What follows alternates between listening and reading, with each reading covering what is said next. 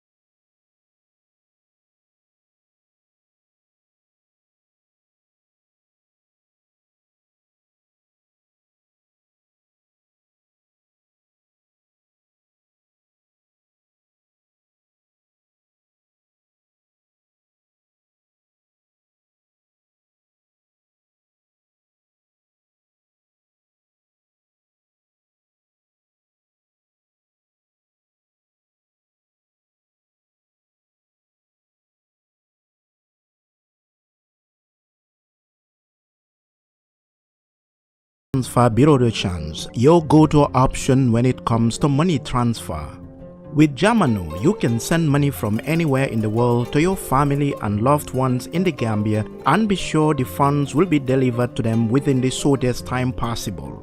For your convenience, funds sent through Jamano Money Transfer can be picked from all the banks and multiple other financial institutions, including Ajib Bank, Trust Bank, GT Bank, Mega Bank, Basic Bank, Reliance Financial Services, and Approved Services. Visit our head office at Bruceby opposite AfricMed next to Trust Bank Limited or email us at info@jamanomt.com.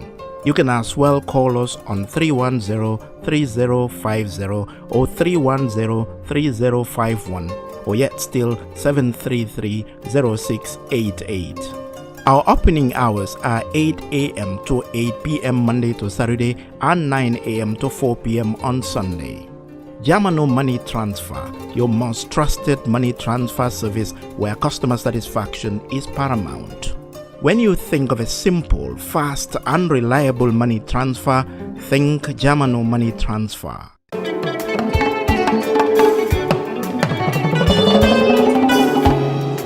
Looking for the perfect home away from home in the Gambia? Welcome to BC's Residence, your ideal short-stay apartment in the heart of Bundung. Whether you're visiting for business, pleasure, or an extended stay, BC's Residence offers you the comfort, convenience, and privacy you deserve. Enjoy spacious, well-appointed accommodations in a peaceful neighborhood just behind Nusrat High School. Our residence combines modern amenities with authentic Gambian hospitality, ensuring your stay is both comfortable and memorable. At BC's Residence, you are not just booking a room, you're finding your perfect base to explore all that the Gambia has to offer.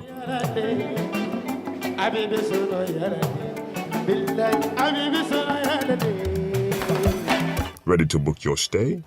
Contact us today. +220 941414 bcsresidence@gmail.com.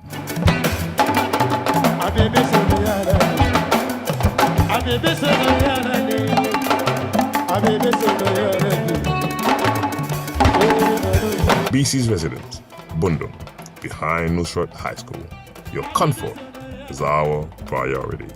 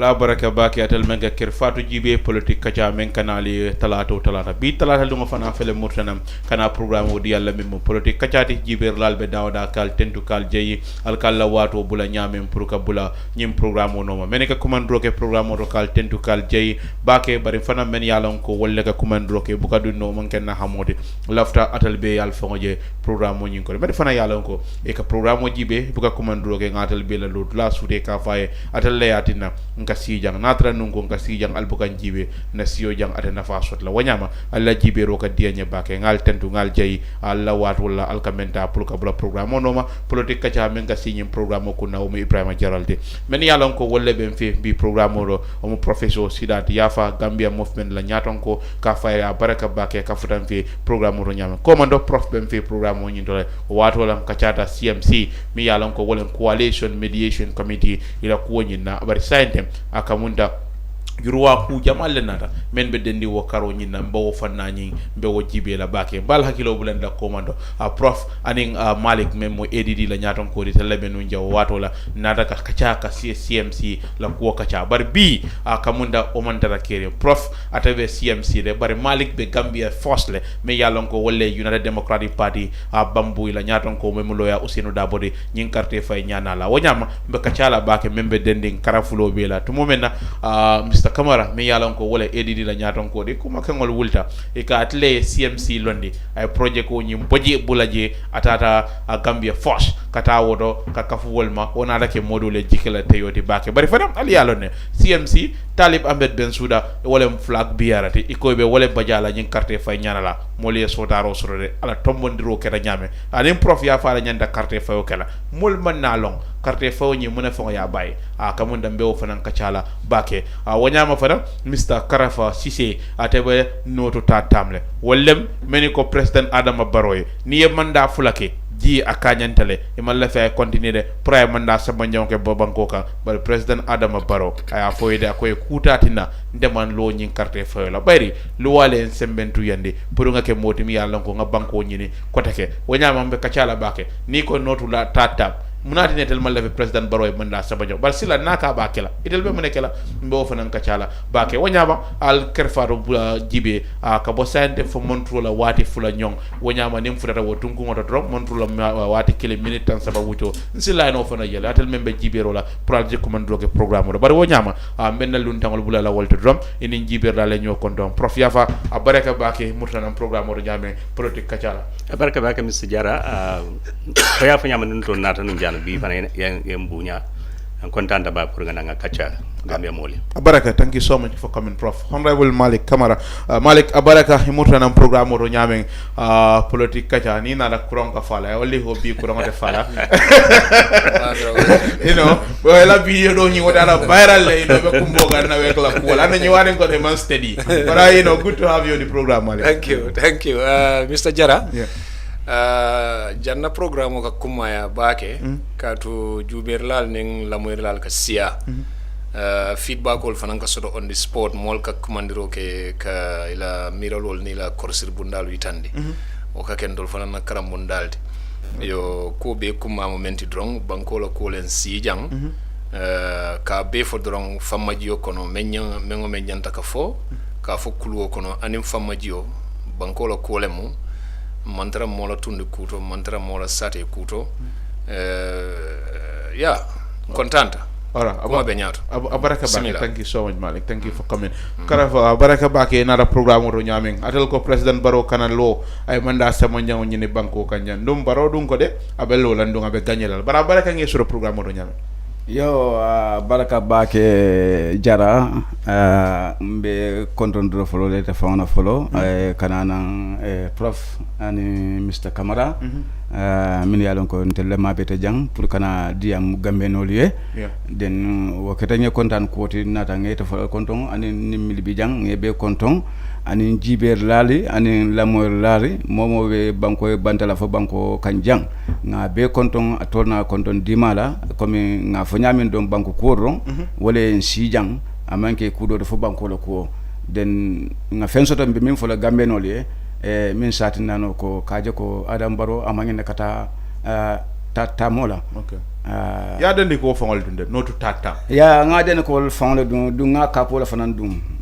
nga jele ko real swag la dina yes ya ata fana mun tel president intel mala vice Barrow fa ya okay minala na woto bare ala vice wo Mohamed BS Jalol de non bintel bi intel ala place ota intel ota bi thank you Prof yes akamunda modul bije be la frim pour yeke nyaton ko ti banko ka waya sabo kabeng ito findita mol kono men kanin taliben suda be benna pour ka nyaton ka yanyin CMC la bana nyin kodo modul bije de waya excited but all of a sudden akamunda al halol yelamata ay ko itata négociation la kacali yeke pour ale karabula ñoye al mansom al ko carte fayo ñaato do man ninke drop kamunta mol barata talib fintanan do ko wala ñaaton ko de mo man carte fay kalamuda man tombondiri nya kalamuda telos ñin kera no ñaadi yani tembo tombondir nya yaw kalamutale akamunda ko maybe tel mandali o sifalla alon kabring coalition mediation committee kabri ko mol e kanna fayentel party diun la ko momandi lafta pour kanyum party nyaato ngay ka may flag bearer position man lafta la e kayto da e la kayto e la kibaru be sabe ye nyinin ka men ye safeje e kayto dol fanan lafa wol kan ya di kabri be okay so ay nata jibe ko mo lul yolle tombon men yalon ko e jiki soto je noli nyaato kaya soto kadi satol men nyinin ka wol yolle timande okay so on bolo kono Professor Sidat Yaffa honorable Esa Bokarsi ani lawyer Esa Mbaifal Her Excellency Farmata Jallo Tambajang ani His Excellency Talib Ahmed Bensouda tel mo lulla so kabrimbo kacha kono Farmata Jallo Tambajang o folola ko ata ko nyi jube nyaama ata place o nyi nenen murta ko wada bondije même bulalo wala mo Sabo Karsi ambassadeur Sabo Karsi ko fana da bonne sa to tantel sabol la Malick fenke Sambay Fa nte ani Talib Ahmed Bensouda His Excellency so labang ni August Karo til size sibitulung kabrim benta Sambay Fa nata ben blanyen to ay ni tan ko atafana ya dabon digel aka ayala dalilo li tan di me atuna ya dabon digel bari o manka kuti inte sementa so atudante nin talib tema so luna nata Kacha kombita carte o faila bari watari vice president Farimata Diallo Tambajan ado mediator la te kara delita nyina nyinkeli Gambia 2016 ndana tele bo kafo kono fonga coalition 2016 londi experience de tata serelina o sifa kele tata Congo ayo sifa leke ani banko ko do dunia kono so wala nga nati ba atanata fako katun esa mbay fale memfo ay unite party ay ol tumile ko wolle du ko le di brola meya na pour wol sin carte be file wol carte file so ako kamala antel nyanta lolal folo manyana carte file kala wolungla august karotil saila bar jamana ta fu tel parti tiol membe nata kamben ko hanin to kenol katu sarto le di kan kamala di banko dingla ngole bi sibito august karotil say 2026 sakon at that point kabiring esa mbay fal ni nyin tumiro la these are serious allegations yalla ko tumire sangarol lam ko talib na la unite ya carte failali ya wolde duku andu yaje ko tilingote tamala wo al hala sifa kon ka fu ngakka ngodi banko di wala sudin override those allegations mi yalla ko wolle bije ha bar yalla ni esa mbay fal yo fo esa mbay fal ante ntel klila Gambia Movement for Progress ay kilala suwo kono del nay men Kacha ay men fontelie ntato fala molende fono watu sita prof ay mene fono ani ko la foyete out telling people about foka moliyele ko talib ñol kayle ko talib ñol ila fala ka fay ko ay men fontelie ama faabe ko di dilante la ko ntele la fa kan pour assigner place so do nay ala ke ak the president abe ministerial position dol din nga ntele la ko moyle bantel danma minister place juma ñol no amo fol akabe minister place dantan dinala ka ngela ko momo la bedara bak bari del fana ko mo la benna bitala ni yesi nga Kacha nga ko foye so ndata ni namol Kacha ta wol ko no wote ke no la nda sonna wala bati nyete sonna wala so anatan kili ko tanke ngamera jumalum august karo tilulo ay kilila ay na text message fana kinyela ako ay même fanyembe mun kay honorable nganyim foenne kabri lu folo yankilila suwa kon ko won del tanyi kenola that's different from inducement but inducement lum fana mo inducement la yemo kili kay la fanka ni la fatanka bañu place o dila fo yamen inducement mo ko do damanede no place fana bijelo fana inducement la but typical according to prof Mbalo in fact movement ol mi yalon ko wolle be tombondiro nyin ko ni aje esa objection ni raise wolle men fo wolem unite benum walla hosting fini benum wolle jokan in some of the hotels mi yalon ko wolle bije ko nin carte fayo sida ye nanang ibe kala multi mi yalon ko kamunde ye leka wala e ko woni sembo warani no yalla unite le nyanto jabila yalla mo fonte ntel ni esa mbay palte ma yalla ngolo foye so unite ani men Kacha ntije mamoy ntel mamoy ntije so na alon ko wolle bije anyanta falal nyinni anyanto kadi nga nyinin kala ladu juma nyol molti lamoy nga nyinin kala juma nyol moy tabe parti juma lam unite kodo di juma nyol la o ye kodo jomol yalla sibito nimbe benna mo kilin parti kilin ka volunteer ka ko ha be ñun dépasso be jola pour mo be na dasa mo anin non konton anin ka dula ñin jombe be miton kala dan hotel o menta parti ko kele so na ko united ñene di ñim parti karela a ñanto folal wolum kadu ngañin kala ama fo kay you have to show us evidence joma ñol la moti bara investigation would have no jani investigation jani kiskisiroke bara telafo forcé takan nganyini ka jamaa nyini ka juma nyolo mod muna na mawfulu at that point no that would have been very proper why not but why you believe in the in the professionalism of High Excellency Fatoumata Jallow Tambaja and we ala experience you for the fokapari munati na at that point kabrako let's call this off we go and investigate and come back albalant yalo CMC emang council pour ka fo jamae de political parties ka fo nyanta menkele etel bijele del jaman del ka countamande del ka decision ota etel safo nole ha ngamira da nyanta kala ten but member kangulondi la wolum tel jamaate tel party diol. So how did you constitutionally, like you allow him to lead you? Okay. How did that happen? Ya lon kabiri antanin talib damang ndalet ada ñu fanko carte fayolo.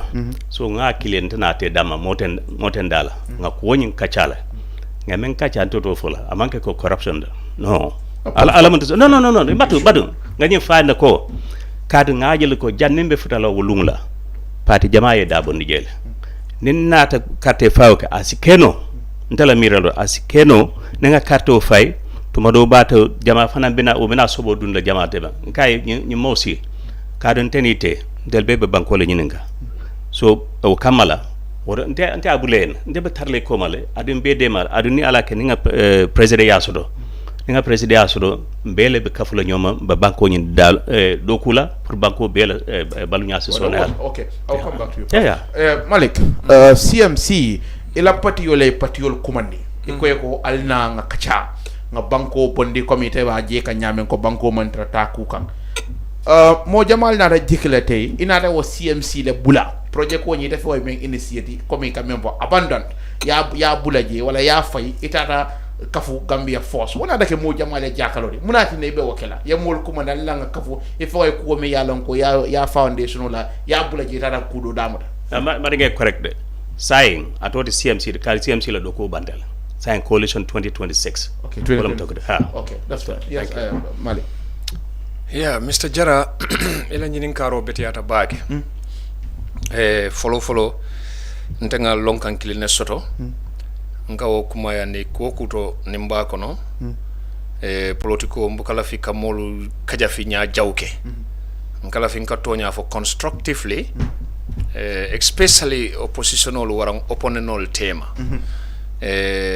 Coalition men initiata fonga molbe commande tonya lem tele commande roke ala be seriaring mo manki wallahi billahi tallahi me medial do mo manki mo political party la tinga party wala register andum bankola ko len sula o bankola ko me yen sula ngaje ko coalition wala si president baro bondije wala nanga kenna do ko ti kabring last year around July August nga start ka ko dati tamala fo alala ta ndema ako nata bula miran killing April 18th fo janne lungo men nante fanam benda bulandila mbanda bondila ako kon dalilo meyatina nga fatam fan solo soto kabirin dun kacha kono dol ko ngata candidate led la dol ko ngata party led la wo candidate led ni wo party led ko manso nyoma woleto manso nyoma ko mento wo kuoto wole mu iko ngata equal voting rights la andum tonya do be di mobe la ele kanya momo carte ke se cling movement wo political party olu menu na manan contest wo political party olu menu contesta wo ibe equal voting right nga talaro ke party led fractional sotota nga talaro ke kote ke candidate led fractional sotota man sonno nyoma consensus be wakili nga mo kilin jube nga lala we tambi man son nyoma no because man son nyoma ntengaje ko amanke ko coalition le tinyata de ntengaje le ko silam bawo man son nyoma dol ko candidate le dol ko party led say menu ko party led ndol yetam fayye ndol men tatam fayye ndol le to nata la banke la Gambia force coalition ti menu tutaje wollel ko italem coalition 2060 abe killing même mun dangan yoti je wala mu pour nga ko be bula muran killing be ke kilinti nga candidate killing jube nga la wala nga wo tambindi nay sartolta bari ko hani ndita consensus la de so but yes. Professor Yaffa is a movement on a leader lemma you have your party munatna you feel ko you cannot have equal right within when it comes to voting ya lo jara to ya ha me media la to kumo men nyanta ka fo amanya na kala kasiti na fota amanya na kala kasiti tonya Professor Yaffa mu follow natti chale mu nga bunya bake nga horoma aywa bismillah sai wodo ni talibo ni bitandi ngoy bitango bula tema wodi amo nyanta ka select wake and very carefully Mr. Kodi yo bari bari wesi hakke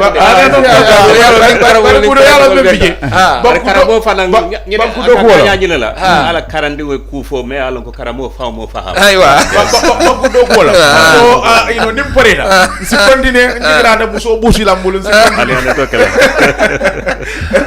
great Malick ay lo do men inde baranda silang ay wo fale inde la fa mo la fa domande yo professeur Yaffa ñul ko mbita candidate led candidate led no candidate led itol benu wala to candidate led ate anin dol nin dolu bari patiol membe wol kono nte nga patiol register professeur Yaffa mam pati register de alafta ki la president de community bari abe movement ole nyaato for the meantime bari nin nata by virtue of political gradings ntele bata nyaato of demanding ya famle because ntenga party ole register okay bari esa falle fana bente nyaato ADD because esa nana contestale aya fan traile okay all right bari mama kandele fana be esa fal nyaato because mama aya try janne fay national assembly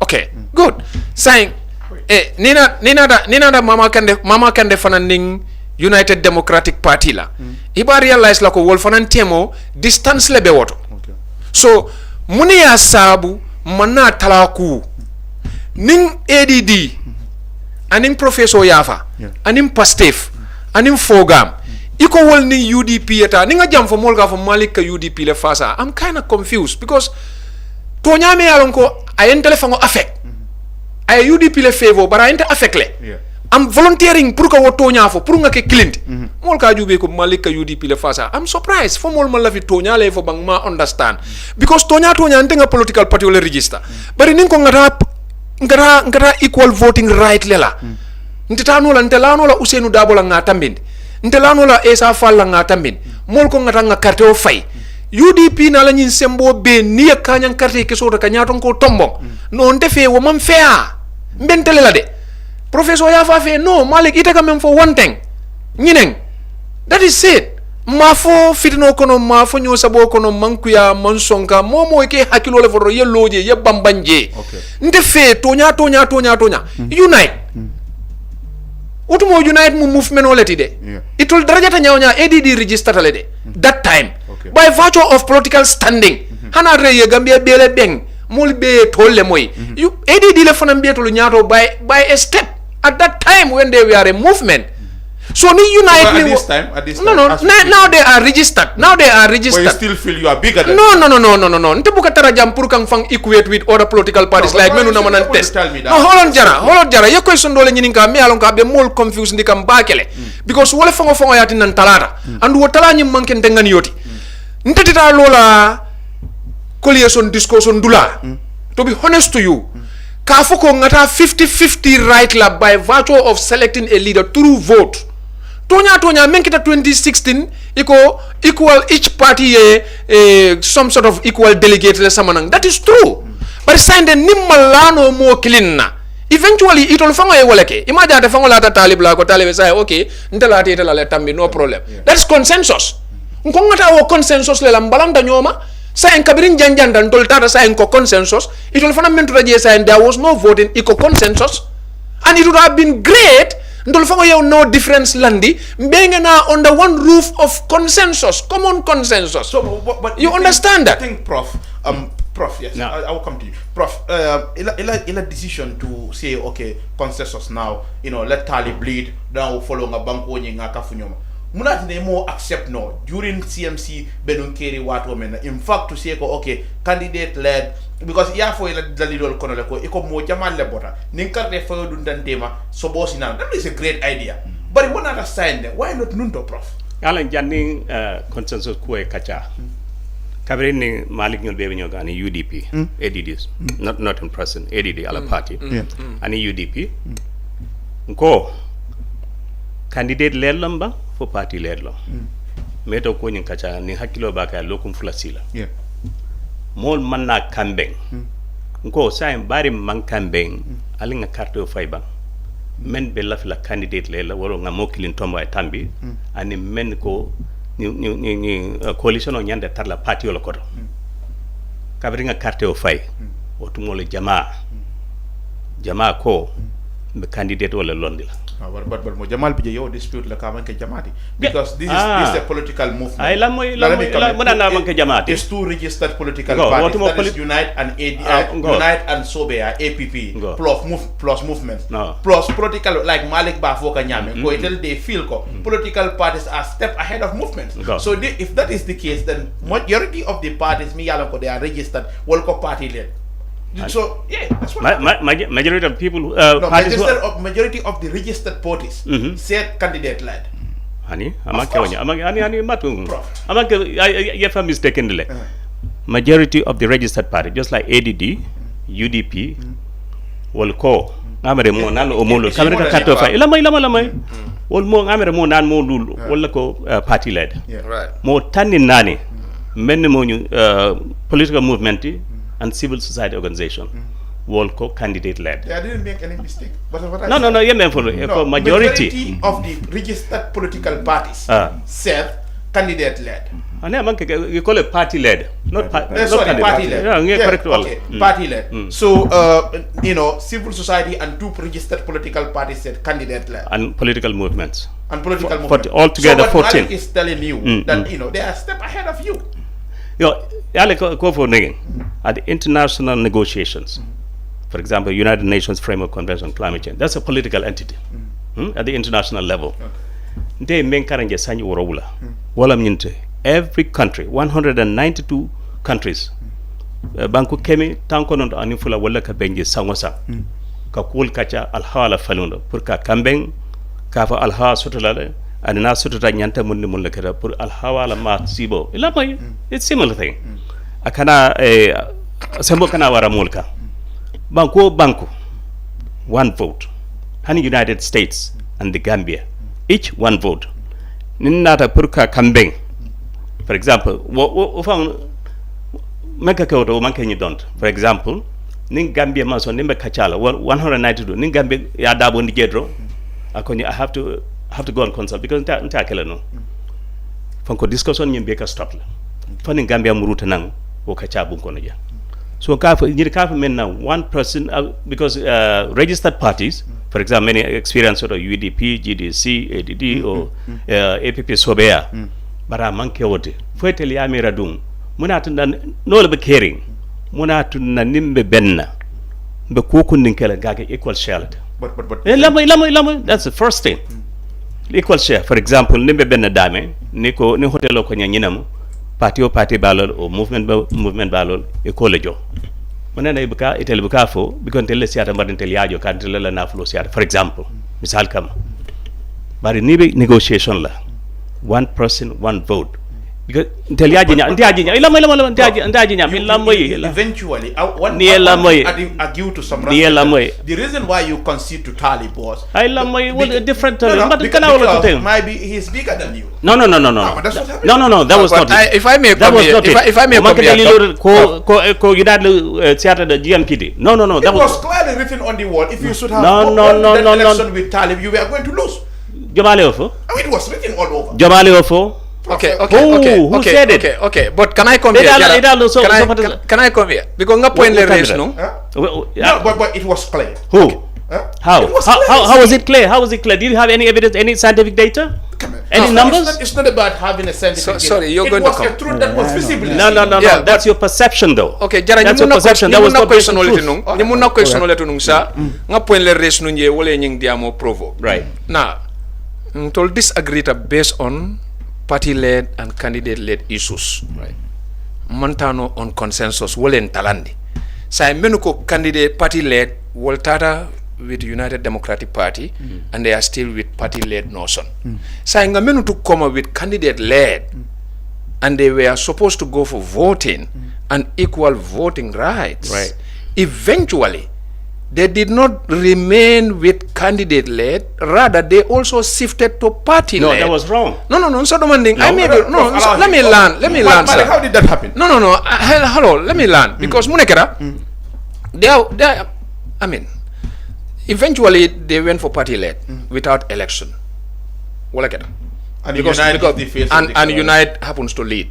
And the only political party that remained, all other political parties went out of that discussion. And they are left with only Unite as a political party, and all the rest were movements. Sir, let me rest my case here. Because fending doubt, fending jakali, more to understand.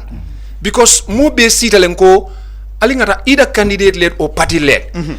But eventually, even Professor Yaffa was completely in denial of a party-led. Because a party-led la disadvantage will list down le to convince us we must not go for party-led. We should only go for candidate-led. And the person to lead must resign from his or her political party. All of a sudden, attending men to taje, that is Honorable Talib Bensouda, with due respect to them. I'm not trying to be different about anyone else. Men ketanka wale explain because I'm in a doubt. Natra wokule mbalandi nyoma fon janjanta. Wokukilingo meyatin nan janjanta. Itel nata son nyoma wolela. What happened? What brought that change? I want to ask him about that. Because Kukili Yamen for them. O Masoto. Because United one registered party, well, a certain in Dolbet, Walla to Nangabula. No, that was my view. No, that's wrong. That's your perception. It's fine. You have the right to say anything you want to say. But Honorable Malick Fadan come for them. Kapuko, yes, many along ko party led, candidate led, what at a sign covering a consensus build. Ngabula Mokili, Ngabula not because of his party. Ngabula because of his individual, and Telbemen signed the Aram Sanala, or Kaitol Kono, by Tandilako, President Bensouda, Abe resigned from Unite. He will resign from his Unite because he has to sign that flag bearer agreement.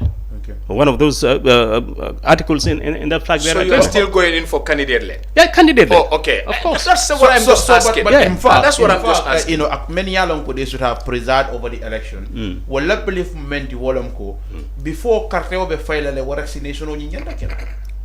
No. No. That's what. No. Go ninga men tombong. Meta nyinka chalal.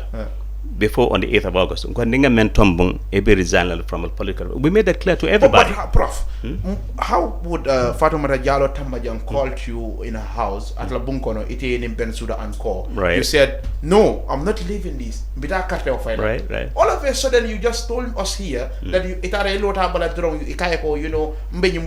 you continue. That was too cheap. No, it wasn't too cheap. No, it wasn't too cheap. But Yalla tell Mona Lebije. Vice President Labunkon. Kabirim Boto meeting because Mankambe, Kabirim Boto meeting. Namer a day or two to Clinton Fuller, Kabirim Boto meeting. Ambassador Isabo Karsiko at Ajinama, at about the Bundilla Gintler. I had double the day. On the 8th of August 2026, as I'm by Falnata of Ananka double the year. So until Fuller to Raye, then Ahmed Bensouda. Zonko. Currently, be visual a miracle was a banco, the banco would know the current government will. So the best thing is we have to compromise. And that compromise is let me give him the chance to get in because Nasida, Sagilulu, about Ronakela. He has to resign from the presidency. He cannot go beyond 5 years.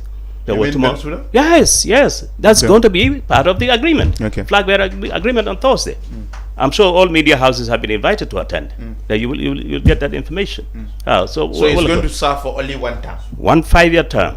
Yeah. And he will resign. Then he will resign from the presidency. Then all other by that time, our thinking is by that time, the first 5 years. So, but are you not replicating the 2016 format? What if Bensouda should agree that he is going to serve for only one term? New Opotaje then another, and he became more ambitious. Another for second term. Is there any law that bar him from contesting? I think the Constitution, 1997 Constitution. One provisions between the Jelako Mene Alonga Asitano, but until agreement in a memfo. Having a photo water madron. okay aninga futa wato matra ora Karafa President Barrow kamun dal mal la fi ta manda sabanjang la mal la fi ta tamla munat dal mal la fi ta tam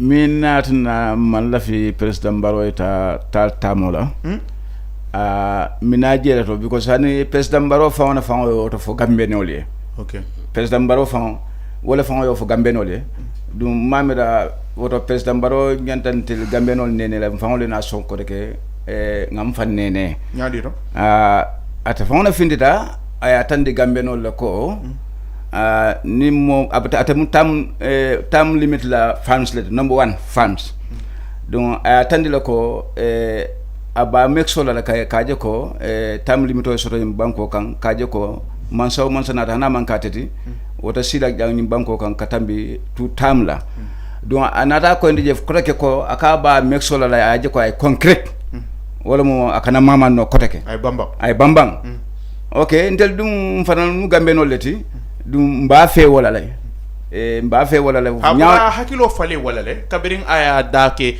nyin carte fay nyana la aya la hamo yitandi taman zero be ya yitandi ko president Adama Barrow abe banda sama nyango nyin la ata fongo ye wasabati ndi ala interview da menke yes asa hakilo fale no le bari yalo ntel gambe no le bi ngaminge na koto wala mun na nyaton kol nyanta ke kontibo ila kuma kangoto anile ke barolto wa important da bakede ite mu nyaton koti mi ebe mili nyato ni be dia mu la wolye dia mu te femfen dan telephone na nyanto la nyi kontibo wido kuma kangondi la so alba kontibo la nyaadi mba kontibo la nyami comme imaje bi kabire nyine nga min tandila je wala ma fon min fote wana ko ya tele mun na president ntel mala bay president ntel be damde bi nyim banko be kan kabo katom fokoyna structure be lora be kan mi yalon ko wala noto tamti ani tam limit ko skafu fulalamo anen presso groupe jama be banko kam bi mi yalon ko ni bebe ñokono lam bebe ñokala mutatine ni tara banko e bantala fana diaspora fana wal fana structure lole na ferol minti maybe ferol beta fora jambar ferol be kere min yalon ko ni atara ko min pareta mbe banko dunia be kala mutandilale executive wol mi yalon ko structure mi yalon ko be lore bantala bankol kan ni jam bebe wuldale ngata kela nim baro ka bita ta tamla albe protest dale ba or you going to call the Gambian people to say don't vote for him alkana carte of fire no mbe protest lale mbe wuldale ngatandi dunia la ko nte sonna la comme pour eta pour kata tamula dum be lore wala le kaje ko kabo ko na fokaton mi yalan ko protest no mi yalan ko nene man soto nyin banko kan bo parere wala mi yalan ko dum nin ala kitala mba kelale mba kol dada kan sutatili mbe kachala yalan niaji be nota tatam alota kabirin sanji saba komanto bare nimi ma kala mate kamera ko e mantare ko tamal bare so bare ni modul be je safa manjari protest la protest askeno sina waliyo na fe nam banko kanne a manjari protest la al sino bare carte fay sangolem dal man la fala preta manda sabu al ya bado ni carte fay na dal kanadi la ha yes wasekeno modol la miroti yala na mirol ta keno la kilintin dunna jerinya ta keno la kilinti bare ntel ngaminje ko kono wala mun ko telephone le kan mansal niaje kete nyaaw nyan telephone le ke wonya niaje kan nene non telephone lom okay niaje even na luwal la karola mansal ka luwal le natna min setel tutuno je min satna symbole tareje because nga sample jele mi alon ko Gambia la constitution mi alon ko ya fay jam fay ka fu mole ko nga fay do spino la kono wala mu suntu kuntiti yalo be keno la Gambia damane to dum Gambia la kodo min dunto kunto mbe ya moy jande kaje ko 116 million wala million tang ani woro o dunta ko min kunto mamira mobi nyantal wala banko be la kodo e kallo e ka fu mole ko nga fay do spino kono so mo kanaje ko ke so fa ko kanaje ko ke president ala mole kata ka patike e koy ka patike o kola ado yenna ko do fay do spino kono o boronje nganaje ko ke ata president kilimo na lo platform kan ko ke aka tande Gambe dingul ko ayna dibitol dukule fa ay sedo sura fanna ko wala ma jonko samusa wala ma sedoti. So for in the meantime, Valiet Watotale to probably write a letter was sent to the office of the president. Kalamudandiko. Well, there is a group yantel membi along kwe kana manda sabanjango nyini nyama malafia fali yokel. Yes, ngokele nga letter safe dulal tole ambal silto hanata president fon letter safe taele donc be letter safe kan dulal bileto e kwas bang UN. So ale letter men safe file jabila. Aten tel jabi ba man jabi bang. Intel peta mina intel peta na bende beden ko mbolo to ni ata mantel jabi intel bata jabi alba jabi la nyaade nim gultam ba jabi la nim banko be mamanta kabirum ko ta fo katon milbe america ya wuli america milbe jamane wuli jaman milbe liberia milbe gambeno be dawda hanata mo fulalom ye finti ya tande dunya la ko e fanali yola support so nata kale al findi da comme ite be même fo ka même protester ali yoke baro kale ko nga même fo melori wala kam place o nyimba nyindale luwale en sembentu yende pour ka nyini far ye mamira kalbe luwa sosol bari manda sama luwati je me baro bari prakana manda sama nyaw jara ni kontel be luwa sosol la wotonde bajela ata folo le luwa soso because ata lota la ko ata sonna nota tatambe nga ma folo manke luwade ha ba manke luwade fana nati yafo fa ba konkrikla mina ne manda ta arrest because ata fona yafo gambeno le ko ata sonna la dum ab konkrikla do concrete kon tele nga afay ko nga siminto tala nga ni ko bero fongo beton mix la foka pare nga tele batum pour nga sodi concrete ko ni sodi ay ganaj bambang okay dun ta hana manke president baro fonti jara gambe non mangina sonna na ay ke kote because mi de mo ka nyanda sample tala bankol miliyalon ko tam limit budget because akam ma koy ku jamal to yalla mansa ni yalon ko nyanta ka boje ni wate kare akatina le tebe do ko kelelo o atina ye ke ko long because memorane professor Yaffa prof model budget iko there is no coalition 2026 flag bearer. I mean the program alkata men aramiselongo to seko we going to sign an agreement amo fennete mi yalonko amalon di kuka because the candidate ala tambo nyato ima validate. It's not validated. Validate. That's the chair of the CMC. That is Yorombalo. And in Fanam Fatumata Jalo Tambaja, me yalonko wolle nyande ka si ko kunda wol man ko kona fenyolong ale talib tombo nyami. Nyama akamunta bengo nyi mu fenne de mi yalanga al malo ndikuka. This was something that adel fonga la tabe al damatem al nin candidate of that doesn't represent what the CMC stand for. Ngo. Yala ngame fo na me fo hakilo botal. Ngo. Nunto CMC kabirabe tamaka. Etele bukafo General Assembly wala until political parties bukafo nye menyata kala ngatama wala no umankela dokote ela doko wala mnyintuga ni idea kuto sodo miral kuto sodo yafa General Assembly until ya kacha General Assembly be sonna o ngabalang ko ye memfo ntokela amanke ko etele nda fulan telende etele nyanta ko tamani lan telka no umankela dokote simple. I'll give you an example.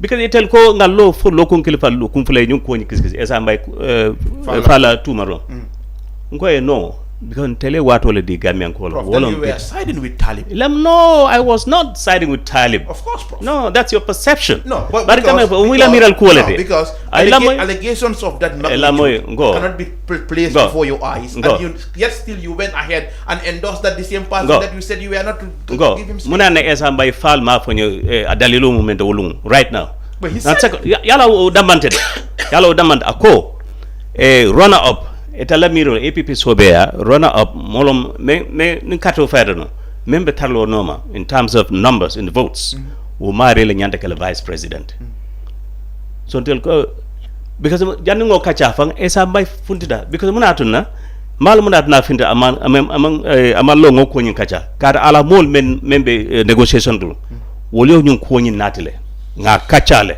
fon kamenta kaunlo e ka me the language of the agreement fon yo kachalo obi flag bearer agreement lo abe men sala ngin aram salum so tela miralo fe how to tell ka finti mona biji wala nyinti ko ni his excellency Talib Ahmed Bensouda na gagneta mo fulan jawni runner up même bije janna bita vice president tombo na la ko dento anyanto wala follow jubela. So is it correct that you will be Talib? I'm not saying that. I am not saying that. What I'm saying, no, yang kala muna bije.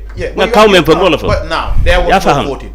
Yeah, there was no voting. Yeah. So now, how do you pick a runners up now? Go. Then we will tell you. No, Prof. It will happen. This is an agreement that the entire Gambian people should know. You said the coalition is anchored on transparency. Exactly. This is transparent. We should know in the language. There was no election. Ni nada aram salon. No, Prof. No, as a journalist, ni nada aram salon. You get a copy of that. No, but where there was no agreement. Where there was no election, rather. Yes. Now. Consensus built.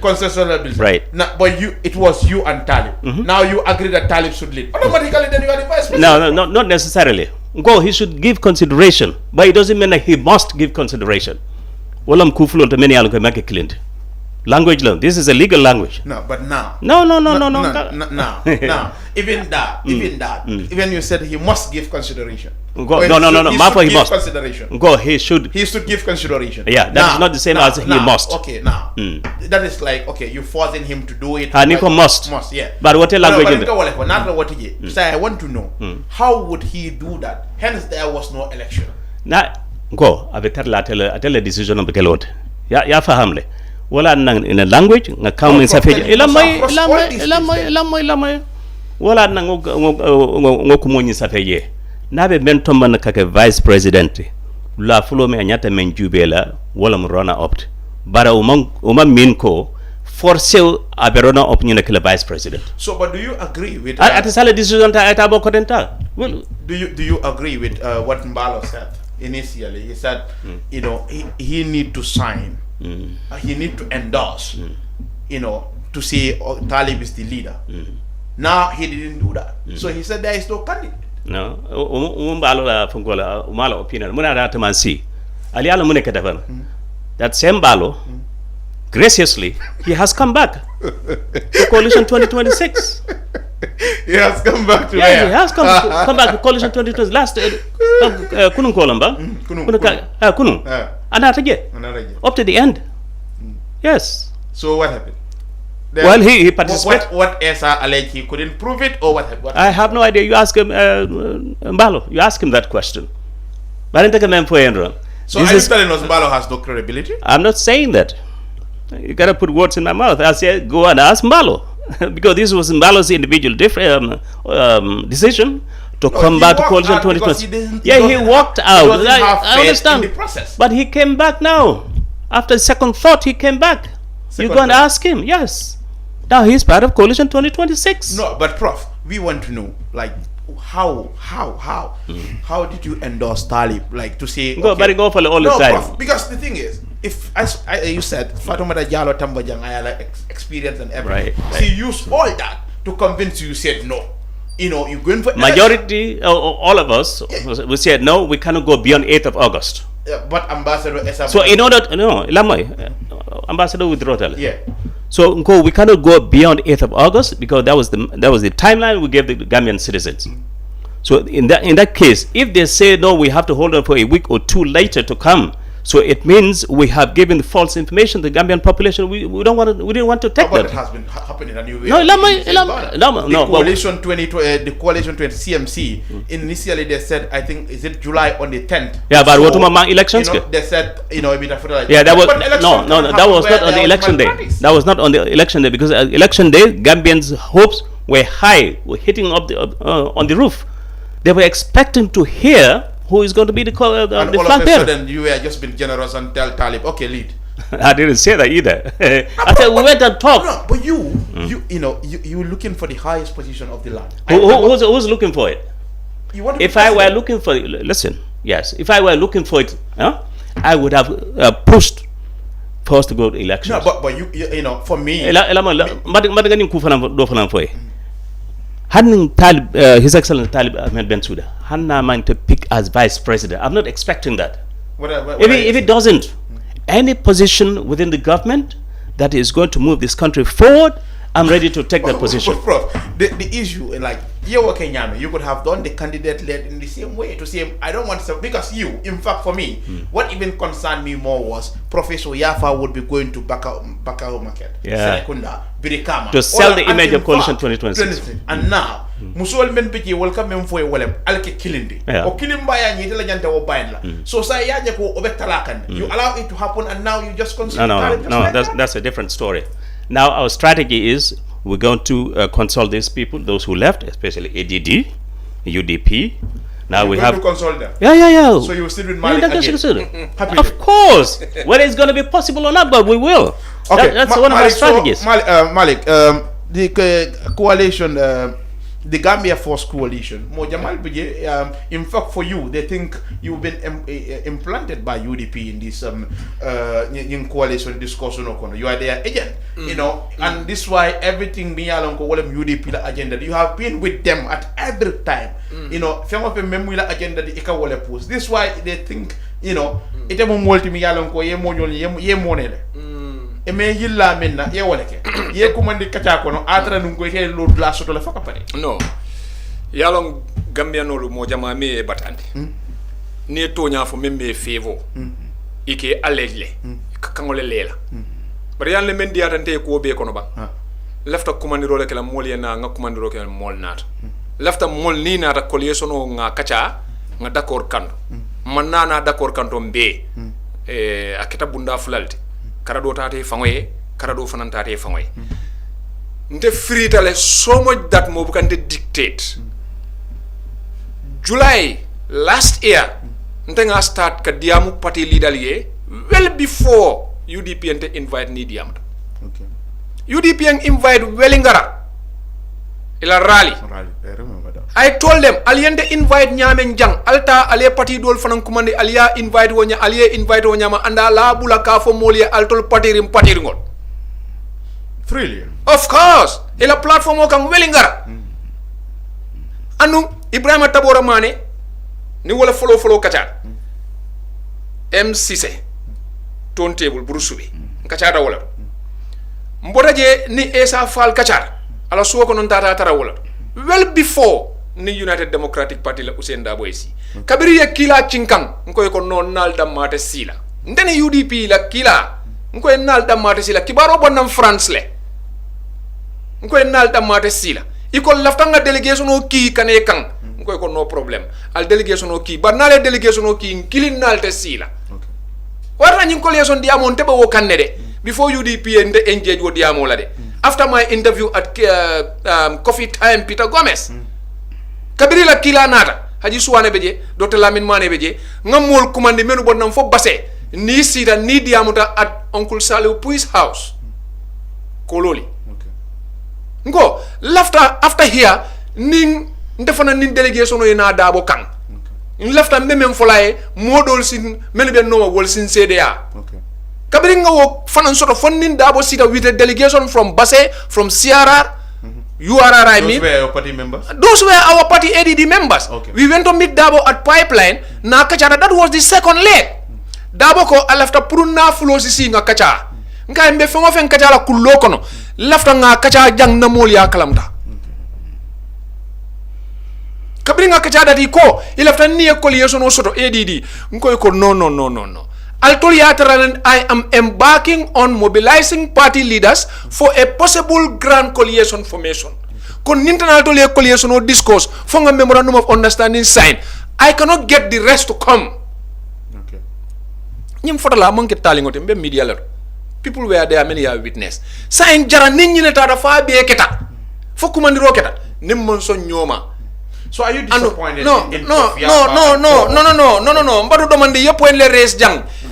United Democratic Party nga fo janne mbasayla kan ne kotake because ninte nga hard fuck me yalongo it goes in favor of United Democratic Party mol ka fo ko malika UDP le dife no lafta nga banko le falling jara andum banko falling o momoro nin ka fo iko ni UDP ta fala nte fe be mistake kanne nga fo janne last time ni interview nga 5 nga munu nga 5 kotake ADD ntolbe lala UDP le kan and support them because with the backing of UDP, I am with the conviction 100%. Koning to lata UDP kan ye makoy. Dol fanan late kang. With the number of political National Assembly members that they have in the house, with the 4 mayors or 4 key persons, 2 mayors and 2 key persons, Banjul, KMC, West Coast, LRA. KMC is not there. Talib is. No, come on. UDP la candidate len Talib at KMC, not Unite. Don't talk about that. These are facts. No, these are facts. So, no. Let me rest my case because allegation ole nyenti and let people investigate.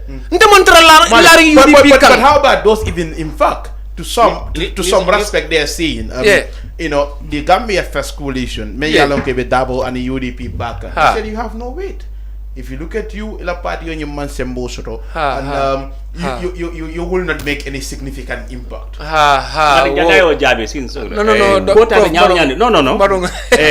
Honorable Malick, no, it's in your favor. Oh no, it's okay, no problem. I ngania kendo men soto bankoy. pour kanyum political party ol benati pour kanyum coalition or the grand coalition history will always say that na tariko will ba follow jomalo feke wala honorable Malick thanks let me say this jara no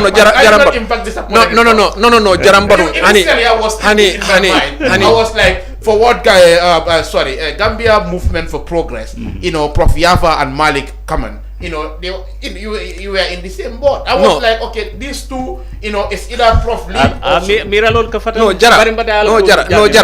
Ya ko eksono le nyinin kam mampare ibe do fanal lala kan.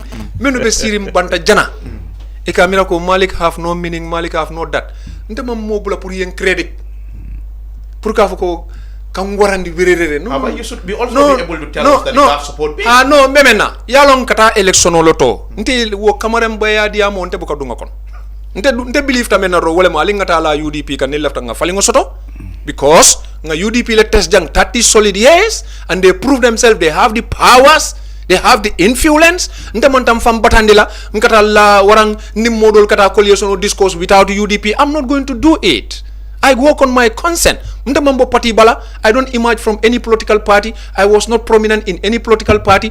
I am a self-made and I am that liberal person. Mantara mola jibo kono mo bukan dictate na mind nga situation lo study nga realize ko ninte be coalition o discourse la man kumandiro ke pour ka fa alna nga la UDP ka. When I met Ousainou Dabo in his office I said, Uncle Ousainou billah wallahi in my house kabri nga moy declaration o kita UDP ko ni momo be coalition o discourse la leadership is a no-go area. I nearly cried.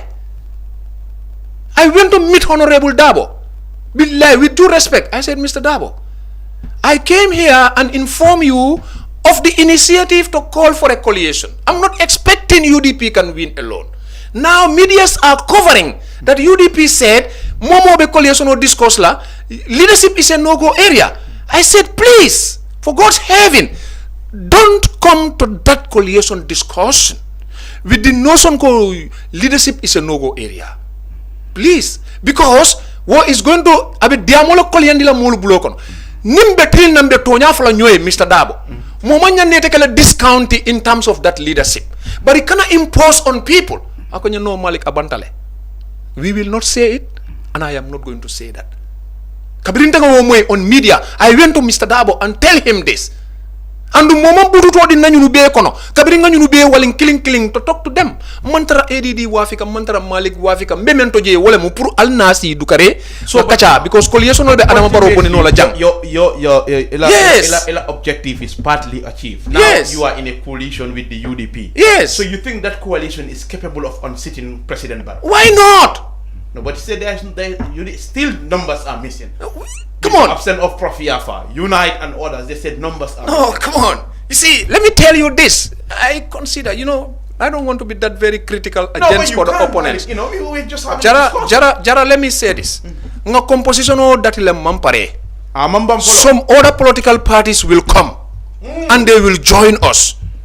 Billahi, they will join us. Because munekera, keba dibila lola ni mol meje ke fanjale. Yalo ne menkera jang 2016. Mole Adama Barrow Mama Kande Kumanina Katina.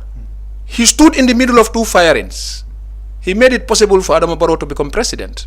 So you think Talib? No, don't tell me you think. Wait, I will read there. Don't say it for me. Wait, I will read there. because no, maybe I can't go all the way. Because inyabala ni ajube bake ni story na stories mbe wala. If you look at Talib, another support base. Talib, Ahmad Baya Fajanako, they should be very careful of Talib. He was right. Talib be NPP patandila bakele. In the election. In this election, Talib le fango bekela NPP la failure. Talib te win la, NPP te win la. Ndala belief lemde. Itella belief is they are the next government. Well, Agawego Malick listen to what Malick is saying. Prof is with the belief that win ladi. No, man, come on. No. Prof is looking into my eyes directly. Telling you Malick that's what he's telling you. I can understand. Prof, I'm sorry. But that's my analytical judgment. Alright? Maybe you are like, Malick is dreaming. I'm not saying he's dreaming. Nah. Yalla mo mandi. Mandi gol ko. I have my judgments. I have my justifications. Let me learn, Prof. Let me learn here. I have my justifications. Because remember the change. UDP. Talib will not win. Barrow will not. Barrow will fail. Talib lebekala cause of failure clearly. Okay. And Talib, and let me tell you this. Talib is an effective distractor for NPP. Because many alonko walel mo protest vote alt. Iman paretar la UDP led camp to vote for Ousseynou by his leadership.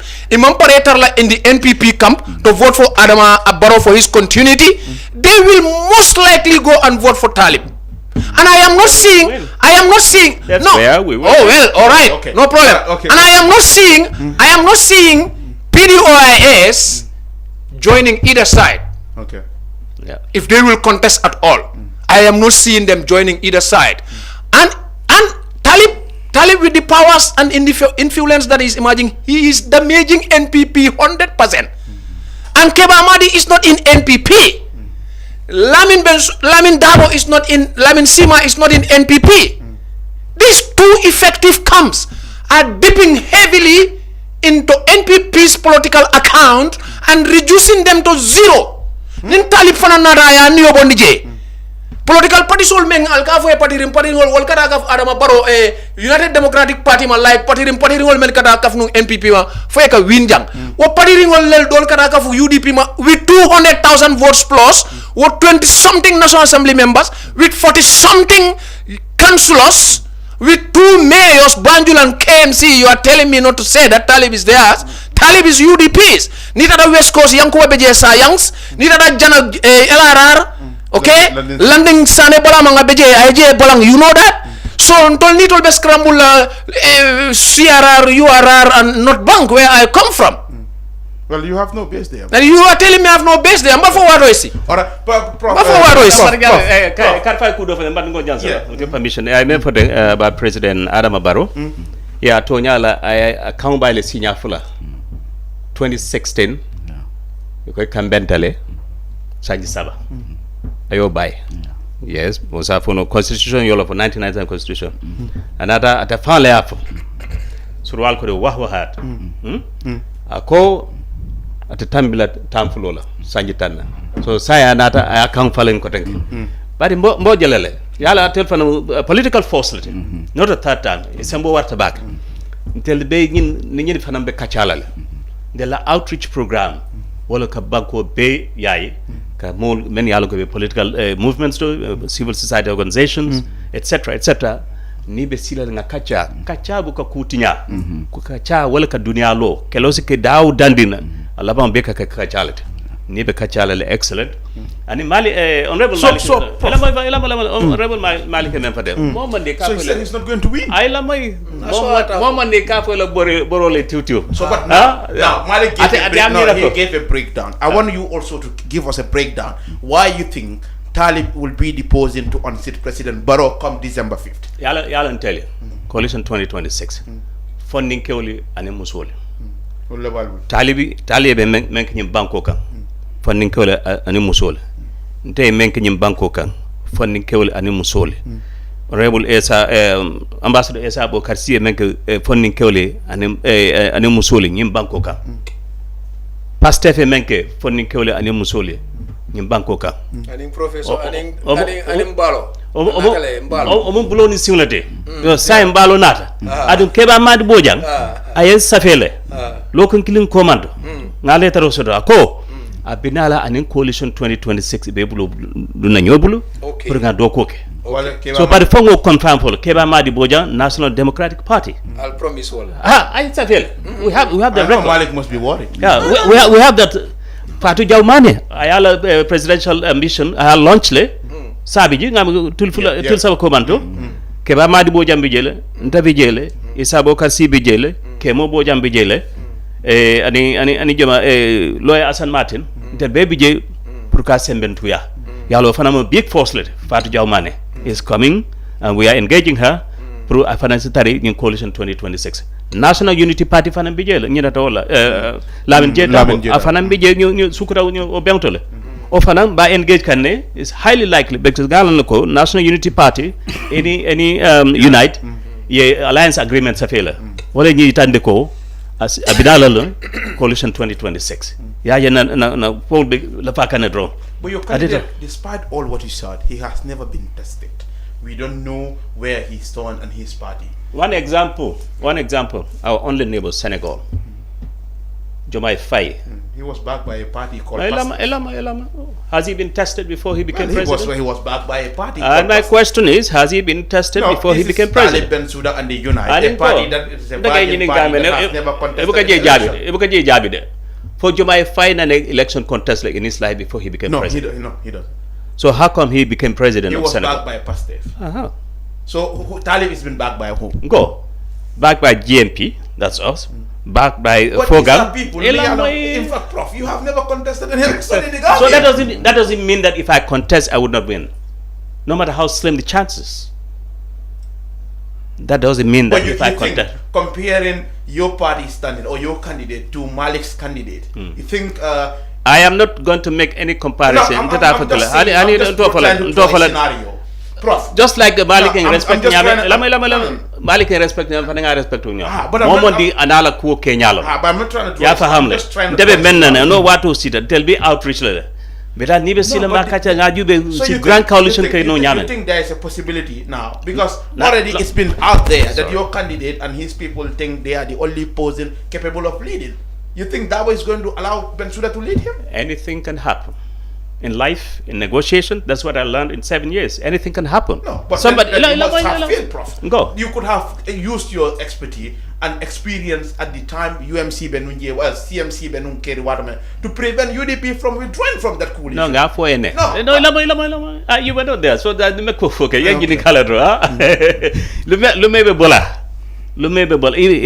A week before Bola. Larry Ceesay, Mr. Larry Ceesay. Ako, Delbe Menina Nim Masodo, Wallam party led. It means we have to work out. Okay, and Kotoke.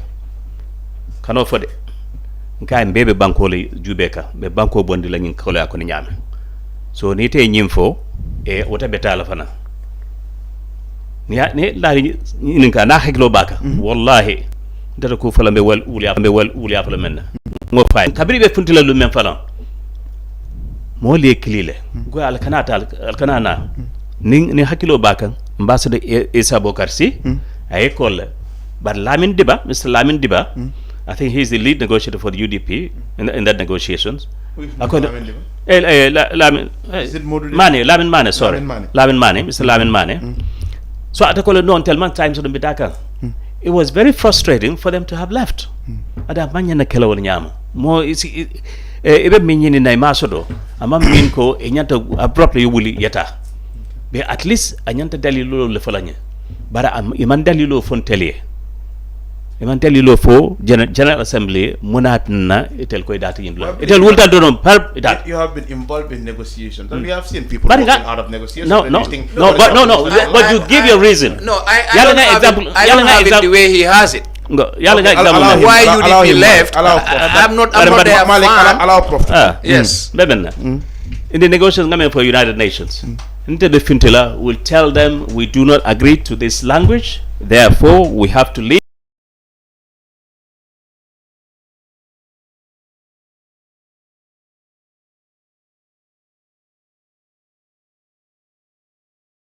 Yeah, go ahead. So, we do not man song ani men safeteng tel man so wala o kamala be fintilale be tan namol ni bita kacala ko na nyaton ko ni bita kacala ko wotu mo negotiation ni ka stop bari ñi work out ñame hani be ke aldana follow nga singa kaca allah fu ñew follow al dalilo mo ne mo na be fintila bari Mr. Lamin Mane ko itel mo so be hawjirde itel bita kan. No, but there are people out there me yalan ko they also put up an opinion to say okay nga ñing ko jibe ñam sila fata fulan la me yalan ko ite sondi no la ñoka you know ite ko candidate len ñi ndonko party right. So say te la candidate len nga na party de life goes on well o mo la choice lete bari anyanta kala so ñana let's go to URR da me yalan ko president Barrow ñi wadin ko yalla ya fo la janno atara jele bere lal keta you know dulal bidje mi yalon ko kurangol you know polirol futata dal do kurangol bidje you think president wala nyim finto damma amanke sila nyate oppositional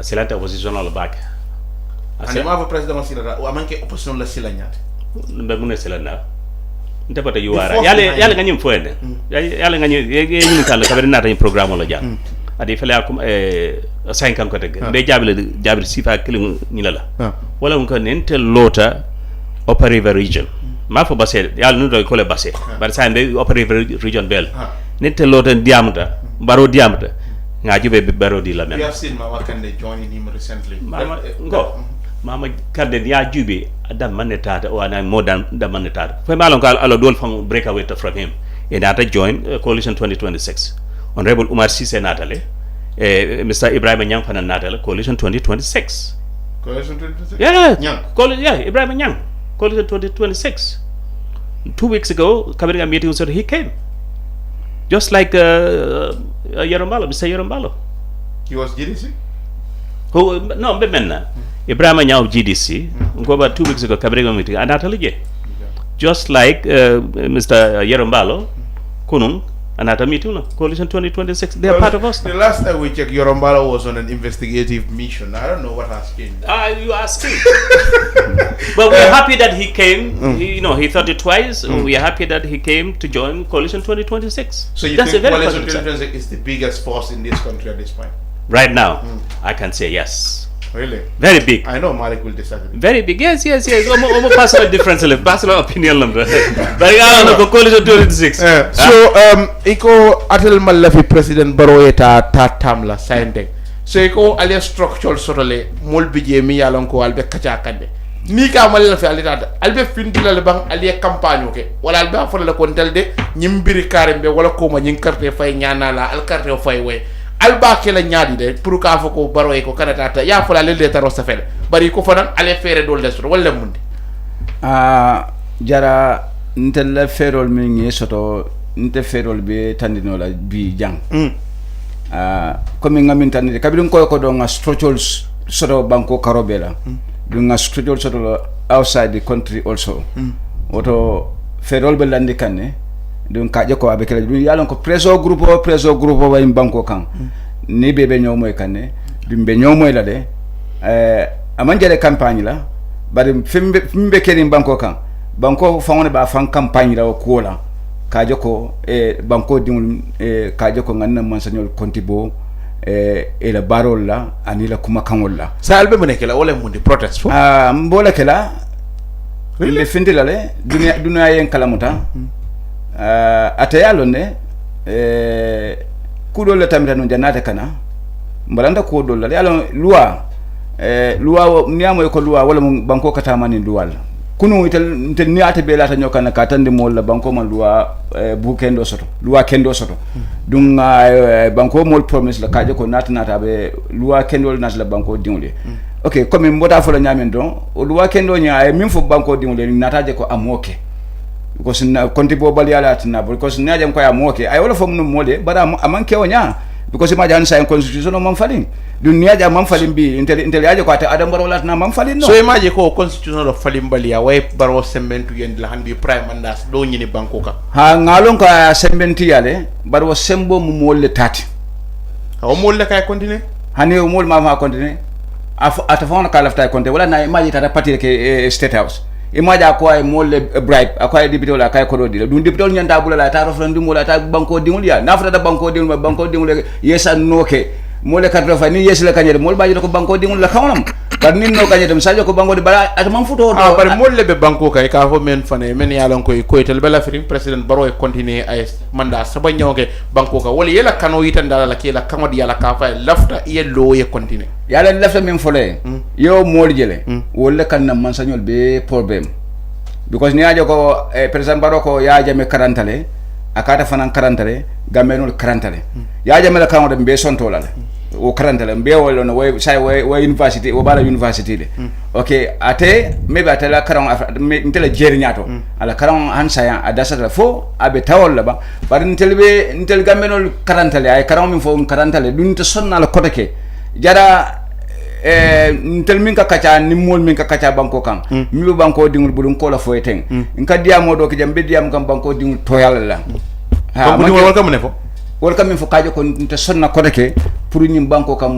mo na jam ko deke min be modla min tam sa ni parolo da carte fo la gagner dal wakele ngani nte fo la carte fo ma jara no na da futa carte fawol ma jara yalan banko dinglu yalan ko do bi den telephone mi mistake clean kan so wato do ka fa ala nka boy ala kanne mbe yalan ka boy ala kanne yalan ala ay haklo din tel har ma dingul la na ko dol bi mi yalan fawol la nyonta ko tamandim fawoy ala bu ka gina yo ke mun tel yen telephone la nyonto lonna because ni sita bi ko la fa ngina la sita na bu ko ngam la nyokan ko ala atok wata kala fon so saw bola kala imaje ka mol nene bi ni tara ye nene fo ye ka place fo ka betel ka dalo fo ka mo de ala len kije bari bi imaje bor la mon noma aka mina bor mon ata anda sila la bu ngora fa don ala len kije bari imaje bor la mon ma ka fa al carte odina ata ba ngene ko wonni ala la kije da sije bari bi ala ko ala ka koko ka saw bola kala bari bi imaje bor la hani giyor kon imaje bi kamen fotan demone atna be mina sido go dokuno la sama ko ni giyo kono mo be en sedo dokuno la jiwo ni giyo kono bar demone atna bo borka monno ma imabe ka fo ka mural ko tek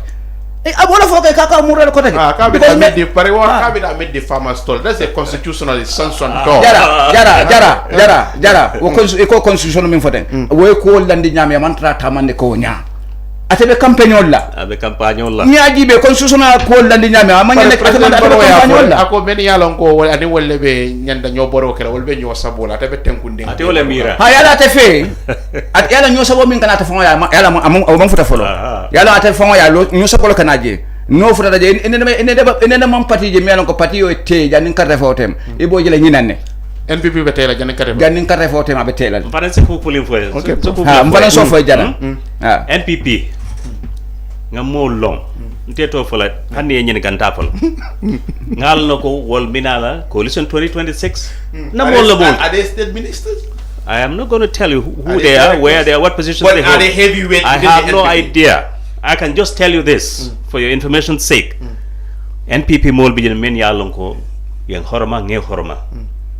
Are they grassroots supporters? Der kende ballam e binala coalition 2026. Are they grassroots supporters? Are they They're lenta on Malick. Yalam ko the Malick. Oh, you want to bring him up? This is my job. His agreement. This is my job. He signed his He can agreement. sign whatever he can, but there could be some clause, mail signature. But that will make him look funny.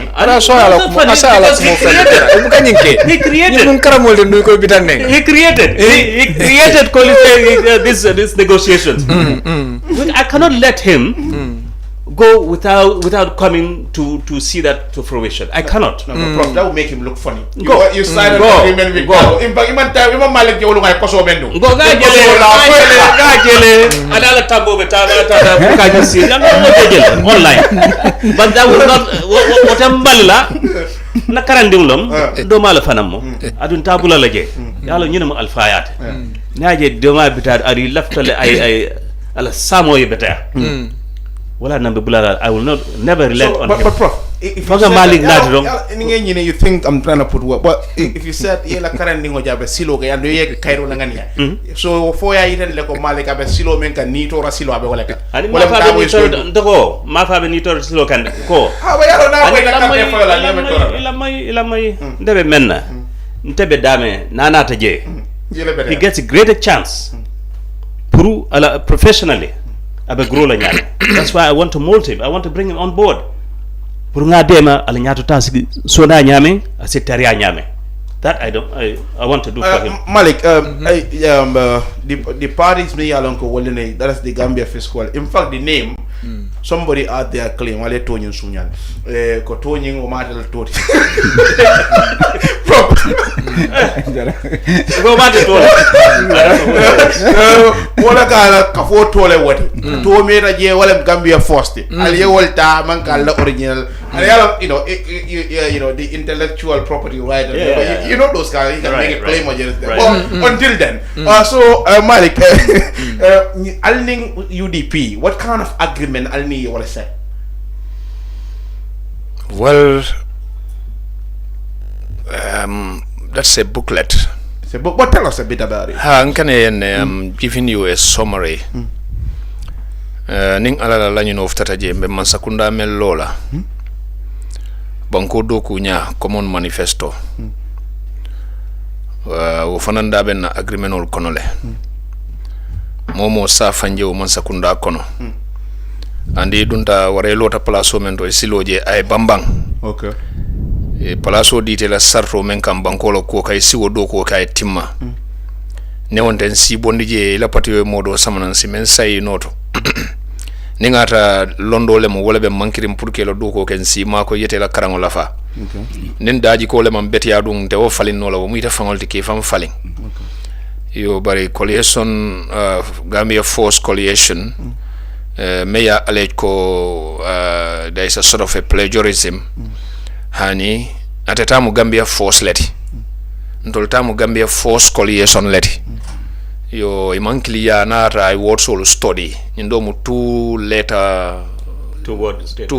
word name leti ndomu 3 letter or 3 word name leti so tonyale mo molem Babakar Janglem mo kende anganio seniata banku din kendole ma mira kendo soro ay to kende soro ala kafola par kabirin tolbe Gambia Force Coalition no to mira la mate fangola kafu fangola ko mira fang ngakilo fango manta kam fang but on the whole yara fang modole fanan tamu Gambia Force ti okay anala logo fango ning to logo fango nala name ifatate bake mankliya but bitum mol memben tol kono wol be kili lafta kila president leti leaders including myself and many others ata fana lafta kila president leti that's why he has a political sort of movement called Gambia Force yo bari ntolma wulate kamma but in Toltamba register lale. After going into that discussion with the UDP, earlier I had an analyst here who think this how they call them the smaller parties.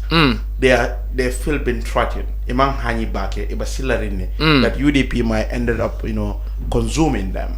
So what threatening me along with wala sort of in them find it difficult to join the UDP.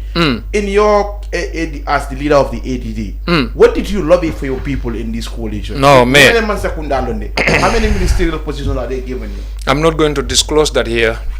Malick, what is you owe it to the Gambian people. No, yeah, because I also have a right to information secrecy, isn't it? Because mancoalition of form nyinkama Mr. Jara, with due respect, mancoalition of form nyinkama kafo jumale be palace juma mutala together be nyomo ila nyadi ngambulodu nyobulu ngam sakunda faling ngabanko doku molla dañino e betia ñi insecurity membe jam mo faabe kere lungolung ay bula corruption membe adama la man sakunda kono ay lod lay kala ñi kuranta yamembe jang ay bula. You understand that? Wala mun agenda ti wala tin laftanala together as a team.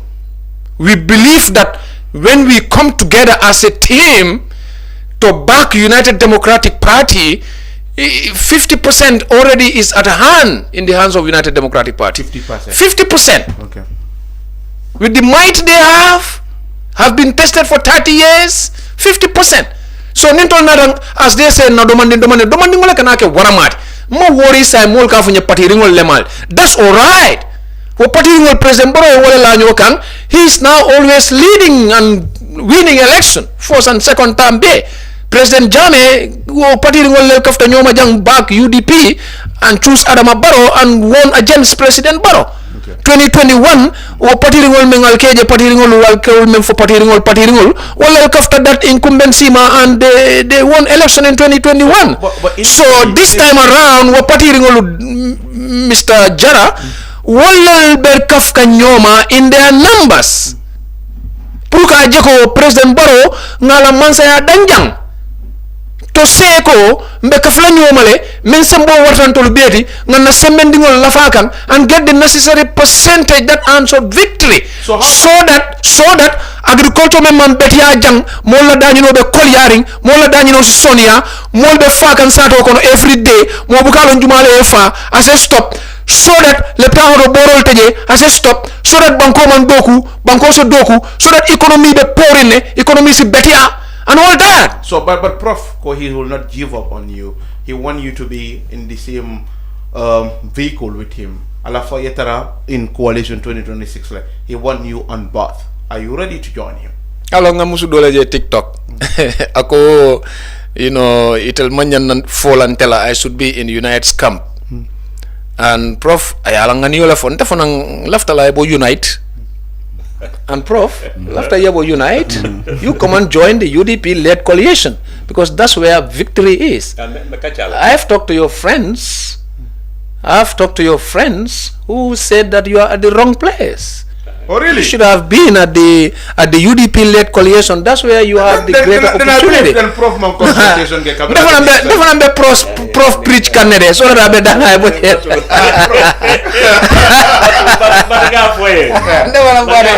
Mobilize Canada. Because I can't mobilize. UDP-led coalition. All right. Tell us about it. This was not the first time you man can what follow ni UDP seat at Kacha, particularly Hussein Dabo. Okay. In 2010, Dala cousin late Suleiman Toure, Atele Mbulumuta Kabirambara US in September 2009. February 2010, I am Mbulumuta in Samba Hussein Dabo. Tana Tenu Hussein Dabo. Ala pipeline Kodako. I am the credentials very itani Hussein Dabo. Hussein Dabo Jibaka, excellent in agriculture. Akai left a man Hussein. He mute bul fulola.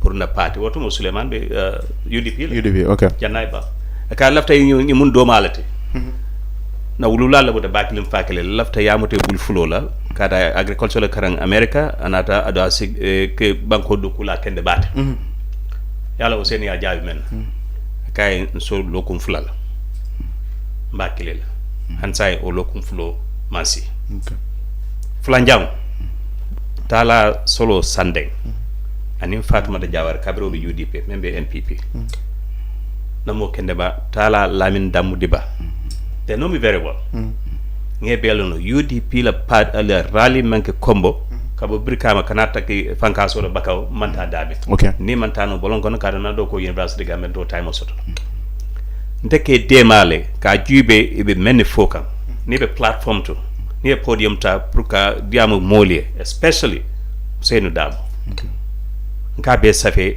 na pareta ni Lamin Damu si o solo Sunday nga foy ko nte aje nyame Seynou Dabo ala mol ya kanule ala parti mol ya kanule baraka memfo aka kumo memfo jama bije buka moy rom message na ka wala no make rom message yala aka diamu nyame tuma do bado buka faham aka memfo kaza karabu ka diamu bake okay pour ça moy yalla mo si diamu asi council ndi la atare man wuri okay pour mol sema fula jam fanan kafo ni be diamu la foy nya tilin amaka ka nyante kunkele be nyaala bornde la don pour jama eni mo jama be nyaay kekelinde ale ben al nyaale ben ay contact ya ay contact kamira ko e bidiamu ke tele wotumo le e ka kibaro memfo e ka faham adukata fana o mal challenge le wo beke pour que dema essentially you think Usenu is not a good communicator yeah he's not a good communicator okay sabanjam wala mnyinti ko ngamere 2023 or 2024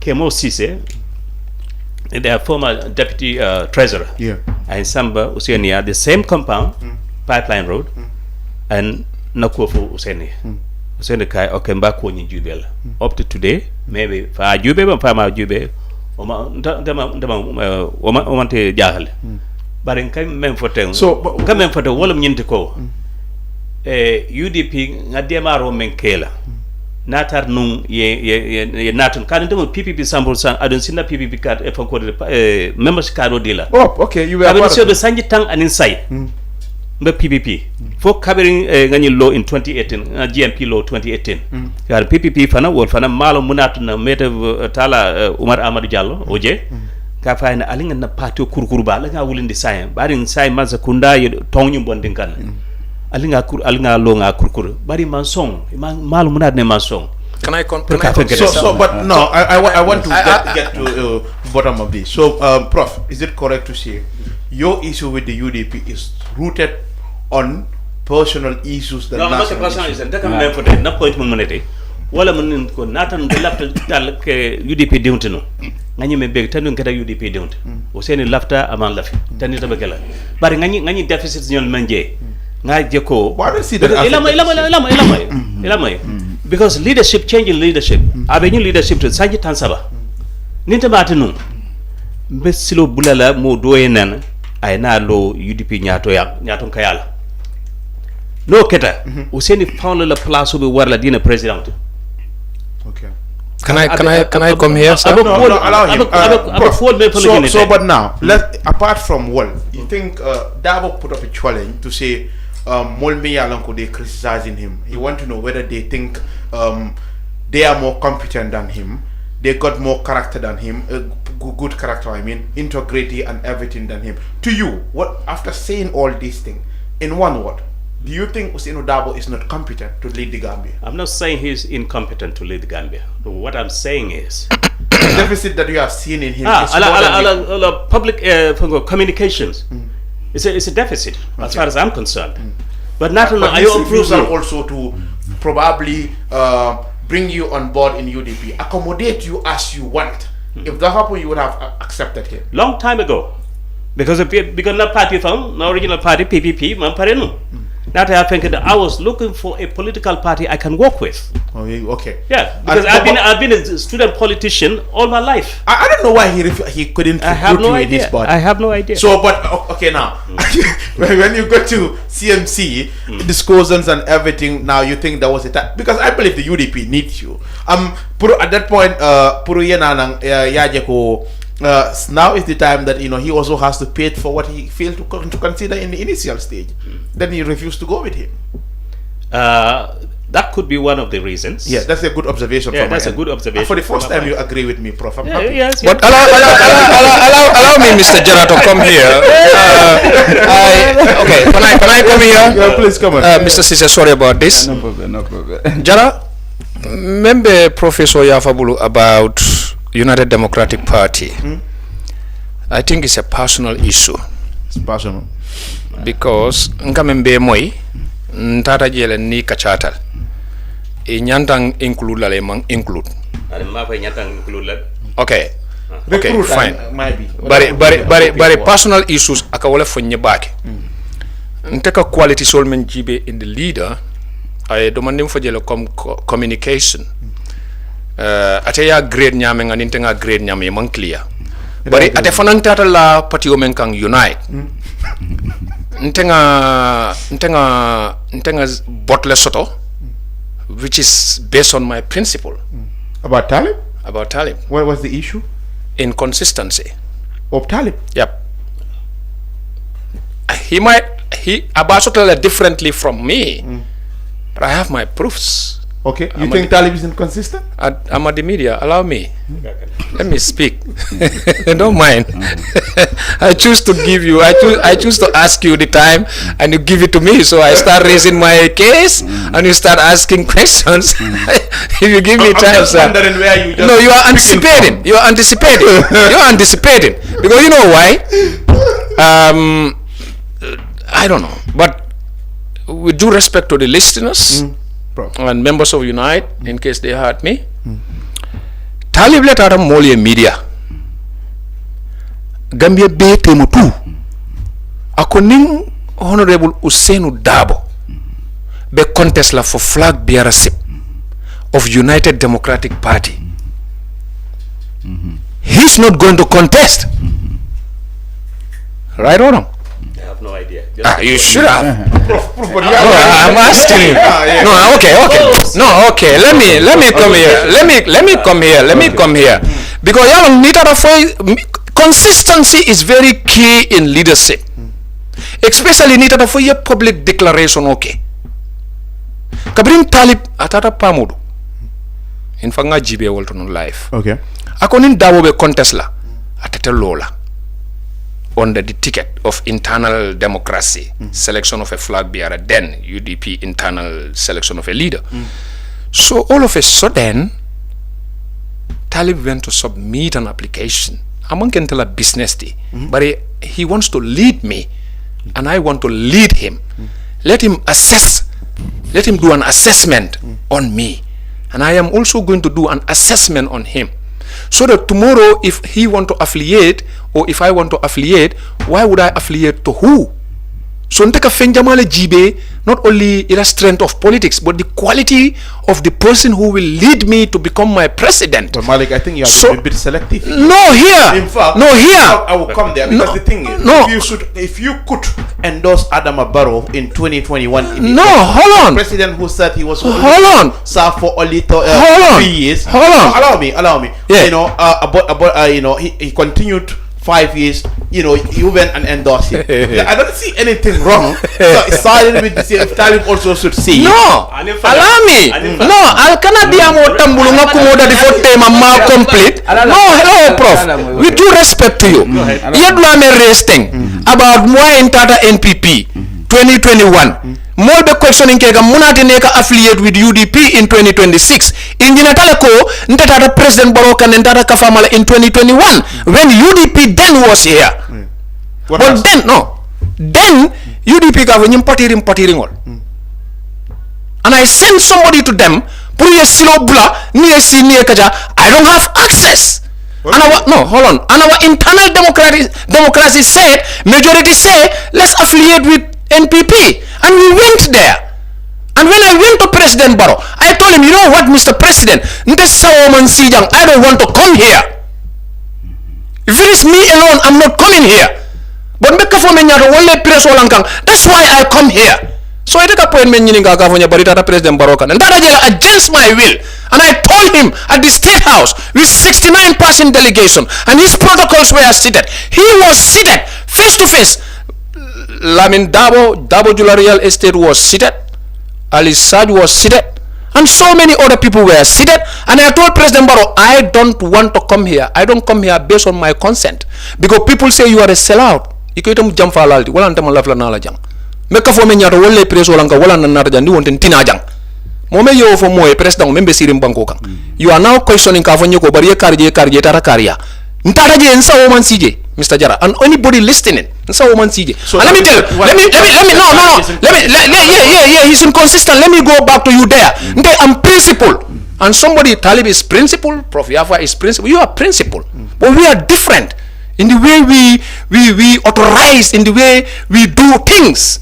Look, nin Talib konte ko Gambia be akadiyam nu Gambia be lede ako Gambia be ko ni Usenu Dawo be contest la for presidency of UDP flag bearer. I will not contest. Oh, everybody clap for him. All of a sudden another application or Dindi and he contested against the same person. What changes? You want to be my president, that's why I'm critical about you. Somebody is sitting anywhere else who don't present himself like a presidential candidate like Malick Camara does. I want to have audience and debate with Talib and anybody who want to be presidential candidate, including Professor Dr. Yaffa.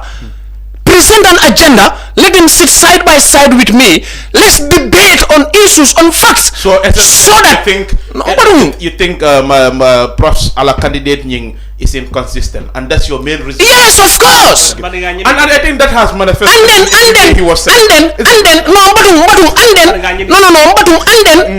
Kabrabe campaign okay kan jannum KMC. Ako that dump side at KMC. About relocate lale. And today it's still there. And today nothing changes around there. And the same person want to be my president. I have nothing against him as a person, but he want to lead me. And because he want to lead me, I have a criteria that I am measuring and him. He doesn't met that. Not this one. He fell below the benchmark. For now, yes. I'm very sorry to anybody listening, but for now, yes. Malick. Yes. I have contradict Jan. Okay. Okay. Kabira ako atata NPP. Watara UDP bijam. Yes. NPP support. In 2021. You were inconsistent. Okay. You left them, now you came to UDP. Oh, nah. Circumstances. Okay. Katuna le moka hakilo fale. Okay. Be nyini kala men. Janin Talib ba pola ko mbatu mfana belo la kalu UDP le nyaton kayani. Mune tambitani Usenu tema. Yomune Kacha. Do I know? You should know. Before he tell us ko ndelola jani Usenu Loda ndelola, why don't he go and critically discuss with that man until you call Londi Kukilinkang before he come out to the public, sir? But Prof, I think you have been here. As a UDP affiliated political party. No. I have a coalition with UDP, and I am not sitting here as an agent of UDP. I'm not saying you are an agent. I sit here. You are a UDP affiliated political party. Right. You are affiliated with. Right. No, you are right. You are right. So I'm calling for intent. Yes. So in that dealership meaning kalale. About discussion of the time. That's not my business, sir. It should be your business. I don't have to. You're caricaturing. I'm not. Leader. No, I'm not. You caricatured my leader here.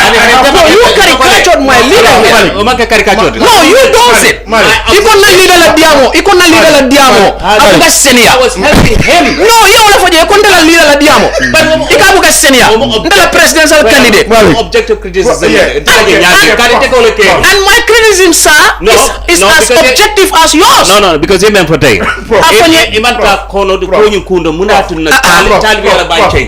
You should this is teacher-student relationship here. No, come on, doctor, come on. No, but doctor, ndela party leader. Itako wala diamo. Wobuga senior.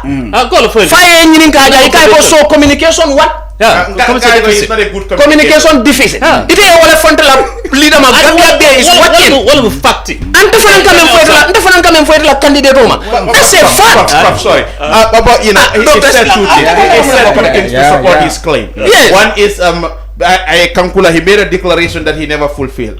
Also, you know, you said it in your earlier, assertions. You said that Talib, he did extremely well for these people, for the Gambian people, for the youth, exactly. Now Malick is telling you some of the key, or one of the key issues that is affecting a whole municipality is the issue of dump site. He said the gentleman said he was going to relocate that dump site. Up to now, backward dump site remain in the same place. That's another point. You think you didn't see that? But you know the reason why they still has not relocated? No, I don't know. He has to find out before he says something no, like but that. he said that. But I think the onus is on Talib to say this. Why I haven't done it. But I tell another Kachakono. I tell you to justify. No, but I don't want to look biased here. But what I think is you should be in position to tell us. You said Malick should have asked the leadership of the UDP as to why Talib you declared it. But now I also want to tell you the same thing, that you could also ask Talib why the same thing is happening. Yeah, I will ask His Excellency Talib Ahmed Ben Sudan. Okay, now tell us on Thursday, what should we expect? Some are even calling your coalition as this is unite and unite. Unite versus unite. Yeah, that is their perception anyway. So, but what should we expect? What you can expect is a unified, the most prolific opposition coalition ever created in this country. Okay. You can expect that. Two, you can expect that we will sign so many documents that will bind all these members of Coalition 2026 together in honesty, and you can expect a large crowd. And I will invite you on the 5th of September. Our first political rally will be held at 5th of September at Brikama SSP. You come over there, you see thousands and thousands of Gambians. Yes. Where are we going to launch? So, what do you have to say about what Malick said initially, that Talib the crossfire at him? UDP is bombarding there, NPP is bombarding. The more popular it is common. The more popular, the more darajata. Dunia kono. Whether you're in politics, whether you're not in politics, modul bije for take it wrong. But Malick Fananala UDP, I think they're staging a rally. Is it 23rd or so over the weekend? Is it Malick? Are we? Certainly. Certainly. Yellow. Womu UDP leti. That's not our Hold on, sir. Hold on, sir. I mean, okay. Let me not be descriptive here. Right. I am not a member of UDP. Okay. Their 30 years anniversary and how they are planning that. Okay. That is separate from our relationship with them in terms of coalition. The party led, initially PAP, that's the party led by Ibrahim Ataboramani. Initially he was part of you. What went wrong? I don't know. You don't know? Well, you told us here that they will be part of you. And now the agreement is signed and sealed. Maye. I don't know why he didn't come. But his initial promise, So I'm a unite matter. Well, I don't know. I don't know. Because not unite. Coalition 2026. Oh, no. I'm not resign follow, bro. Go. I'm sorry. Jara. My apology. Jara. I'm not resign. Doctor, this is what it is. It's no longer CFC, it is Coalition 2026. Let Talim resign now. Talim will resign. What declaration on Niwo Keta? Then more ball Kumandila Coalition 2026 lead Alela. I tell the go for the tele, but tell the go for the Honey, Yalon it in the Karandila for Yam Fahamundi. So it and Karandino Doctor Yam Fahamundi. You can ambula case of can get job. Yeah, Karafa, quickly. Gennim be line ol yele fo iba atel mol wati dol bije president baro ka fole wala mol men be NPP ka fole ko modol bije men ka dara nyim manda ko wol nin ku ko tengol no already these are affiliated people. They have their parties but they have been used by their parties pour ko kuntu atenala lote ma banko nyin kanja fo ide fana altal la kafo nyin albe wolle kono ali alla pati yo soto le bari akamunda alba la pati yo bajakan indirectly pour ko baro kuntu de kaja kanalo.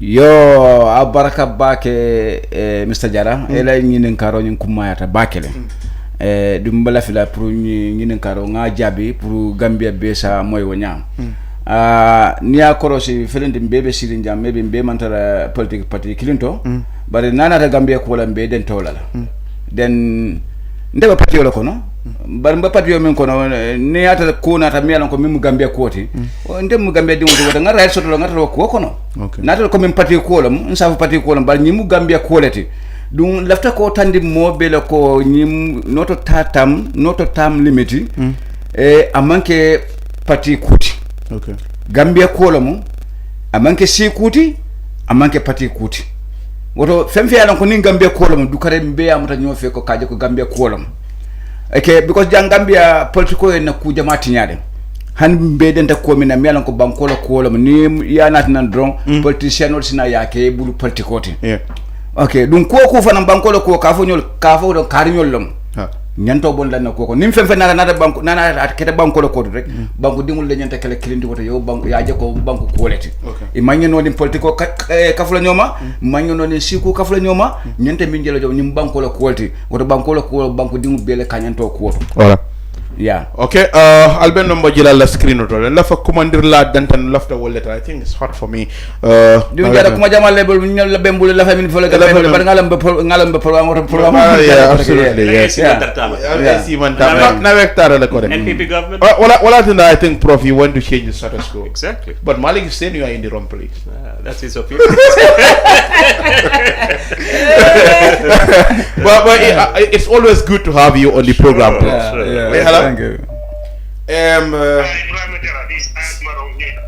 Salif, good to have you on the program, Salif. Hani man la no yele ka comment do. I know, we have to get some because time will just inside the next night 2-3 minutes without. Okay, Salif, please go ahead.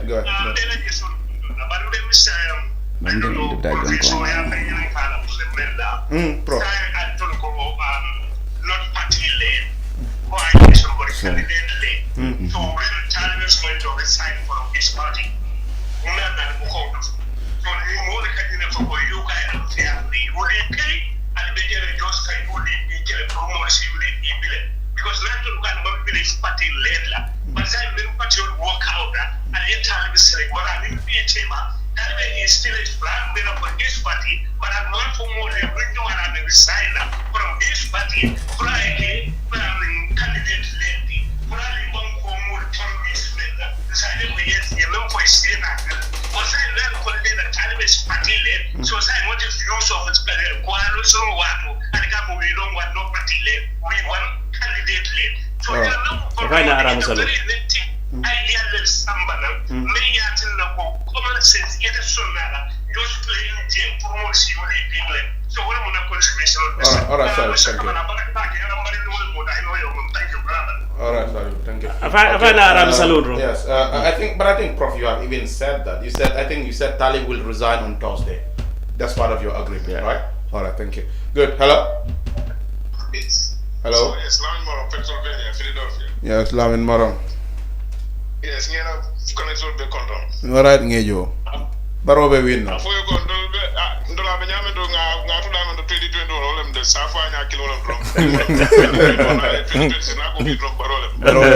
For you go, ndola le ko ale so do sodla because e ma lon di tonya kan Gambia ñu mel be ke fam fin di design Gambia su de la waro mena 2016 man na so nga Gambia pale ñu Gambia isa bo ñu da ko la place ñu na le muti e be place ñu la may bolo wuro donc so même bana be UDP il faut les fam play situation ko comme c'est na sa nga analyse programme nga fa ñaa di all fox ni mbaro ñata tamala ñame ni mbaro man ta ñama so now they are paying the price ndo we are here we are the mighty NPP and the law our doors are open to anybody me la feka join nga bongo samba ñaato so bi ni dara dan ama me mbaro ngoy to ni be tol jubeka we deliver kabada we deliver akala we deliver jokado we are doing that from ngaf comme c'est nga fo ñame last programme Gambia bi there is no 50-kilometer road me alon ka man pave off from the main highway in the whole country among so now be saying come faro kono silol molel maga the Gambia is moving electricity everywhere you know university the new phase and the second phase the third phase abola nyama the new Gambia is at work ndol ni de diamula you fambaran lo la don there is no coalition there is no opposition so wala be je all right thank you ala tubaro bana nyama tariko ñu faham 26 mais baronat amu faham yala bande be place wala ñu ni ga man je faham but it's okay that is about freedom of expression right Imbara nela tongol be kondo la panalist ole all right be mo ngon sisla yeah sisla jadama you know guys sisla jadama UDP 100% okay sisla Honorable Malick Kontona Mbafly he made the right decision right now and in patio UDP join a banko bondi because UDP lebe chance can kabaro on seat 2026 so Honorable Malick I right decision on me okay men for doing this just quick one professional I moment for young people like him we have problem with them Kafoko send out the UDP lead can 30 years at a woman kumata da kuna tamanya na kofu because atamantara UDP so he have no right to say that don't even that way in the party lead 100 years it's none of their business don't let that we choose to lead our party and by choose la kotanke even like that but that we choose la and lead so they stop saying that hello hello yeah it's not easy like that. That's why I have a contribute. UMC vision.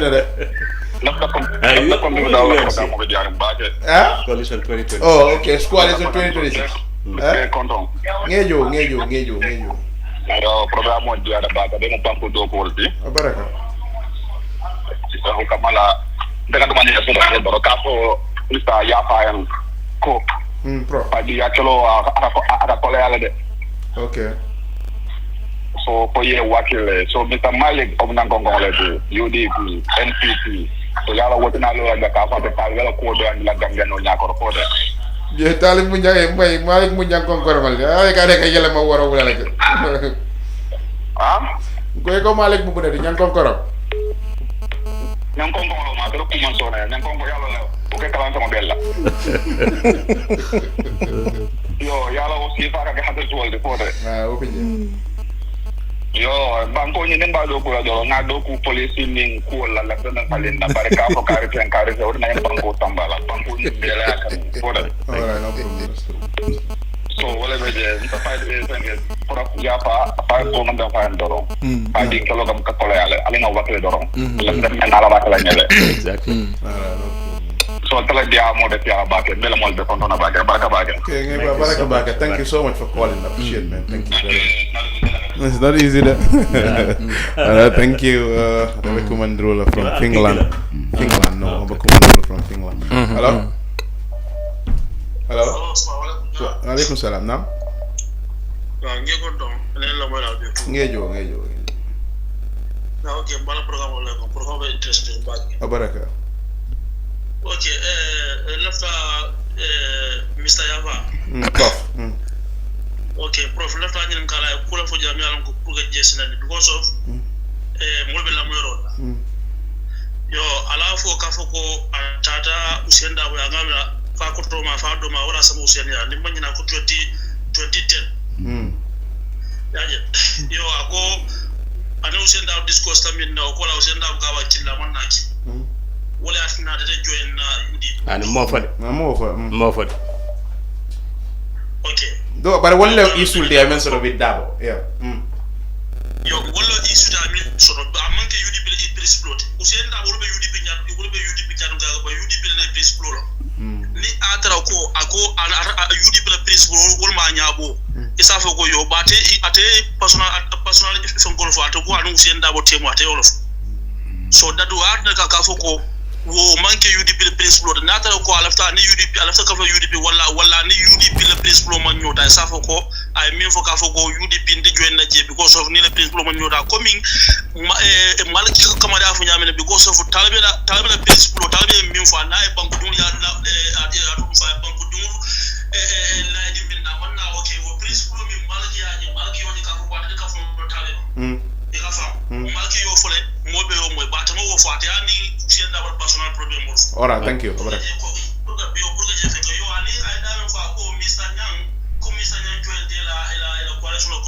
according to Mr. Nyang denga mo Mr. Nyang na bibira da UDP la sign ceremony la fu jira ko ate manjel dato ate be independent all right thank you so Mr. Nyang yigi sikwe da jere bi malo kada wala juma okay la fa buru ka jeng ka all right thank you all right ngani commande la hello bonfa allo assalamu alaikum ala Ibrahima ini mbara e live le de konto afa ya fa nga konta kata fa mo ta fa kanjura la ko sinum ala banfa alright abe we kana prof be ya fa nge konto mbaka kata fa mo ti alhamdulillah malikim fa dokoma afa malikim fa dokoma nga fa nan konto ka camera yille ndunko sini manso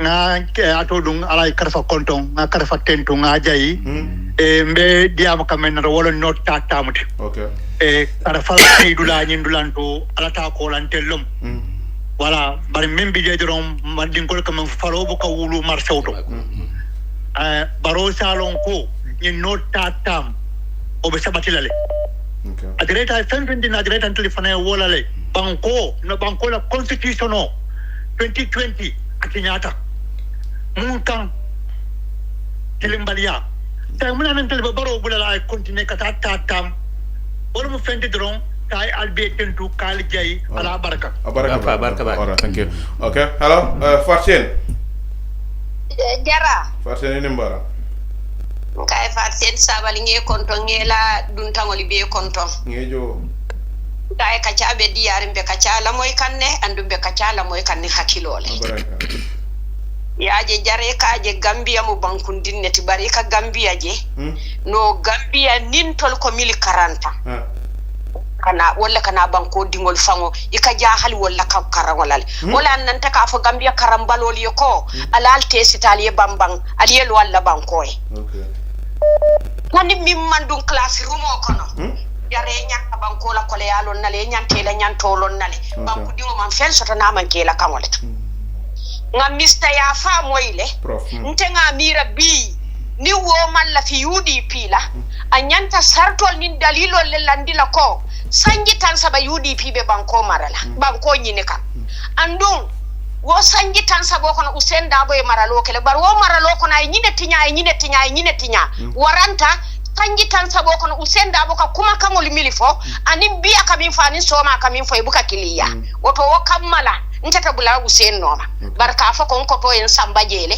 ka ben killa man kili fenke en samba jele ka ben hey Gambia carte faylala al kuni Gambia carte faylala al kuni nana ta carte fay ko ya batale carte sanjitlu ni a jolom boto kono ita bondi no la je ko tek fa tanjilunu ko tek Gambia carte ke setiola la carte ke sodi Hussein Dabola sanjitan sababe banko nyinila anena ma wahwatike anena ma fon dundum anena ma fon dandam ay min fo wala ba bulo kono Hussein Dabo ni min bukala kumo moy tele bukala kumo moy barban ko dingol ka Hussein na kumo moy le alota Gambia yenne ay Gambia sota sondo monna Gambia fondinkel mbal danna Gambia musolu bata wartan tolle dingol ka fa baguwe hey talibe miliba no me be la kunkili nafale noma imantara Gambia noma Gambia la batay maje ni Gambia musoli be min kono bi musol le kata mar seto e keli pasilol kay kefa mon le ka foy ni la suto nintilo oto bi banku di wo banku di ye Gambia je ye Gambia di wala soma je ye na soma alifali je ngami rabbi UDP len patrioti mi yalon ko be ngalon no momobe alebe kilay yalon nako UDP lam parti mi mu me jortiti oto ni tela fita kam bondi nyim maral jaw kono ngami reta mari atol be nyanta kala kilingoleti bar one family party je kanalo ka foko ibe molu hey Gambia carte fayla la kodi Adam Barola alal kodi talibe la dia 6 and 9 ni be talibe alon ko ni NPP le be do Ora thank you Fante ka tos ka yadi Hussein Dabol ora baraka yalla January 2027 nal kitital coalition 2026 when we get the presidency in mem be against coalition 2026 specifically against Talib Ahmed Bensouda e balon na ko e dialo no to fola ngai to man ngol kam mo nyapete kuni ndingo xari boy jonde yalla ano fanante de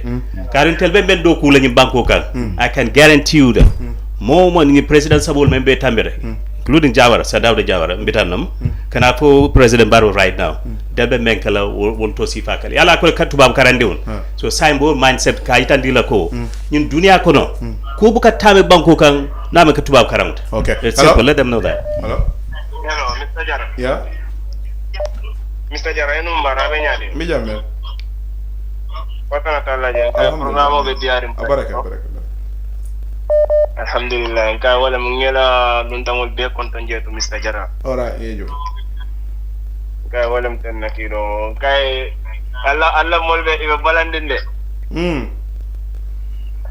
kay opposition ol nakino foye kontel luo meta lorina sande be batun kande nakino parce que ndella mambiro nying ala nasol jata le sande nakino andu dol fanam fufu nga protre abulora kamunda barobe batun kanne hanse mankuke antay man ko kenon andu komanto ngondo lamin sanya ko no epel me ma fa ona kino kay ko nyanta kata ali election o bar hansay melam biro funtina mo hansay kamune bat mena firin ne funtina say parce que ndella na sol jadal nga dol fumfu nga baloto no lamin sanya mul fanan ka ko noto tata mo afaye ko ye funtin be patun kan parce que nte baro ndenga lon 2026 ni baro ngano fa 2031 say ndel ko mali baro 2031 fana nata bita fana naka bita 2036 mbako masama ka ko Gambia ko lebe ka foni ko Gambia ko nteng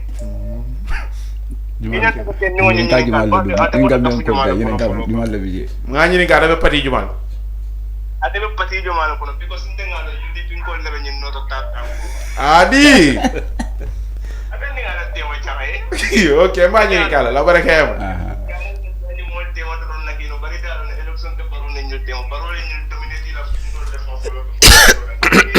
Alright, thank you. Karafa, what about UDP? Atonya lambe UDP. For UDP, Gambia Koro, UDP command, oda manta UDP, Gambia Koro for the. Abanta, afa Gambia Koro. Hello, say what? I didn't go. Afa Gambia Koro, UDP that over. Yeah, anymore. Nge kontom bake ngela panelist wal fana be kontom bake. Alright, be mo kan. Mbe Mr. Camara kontom na bake.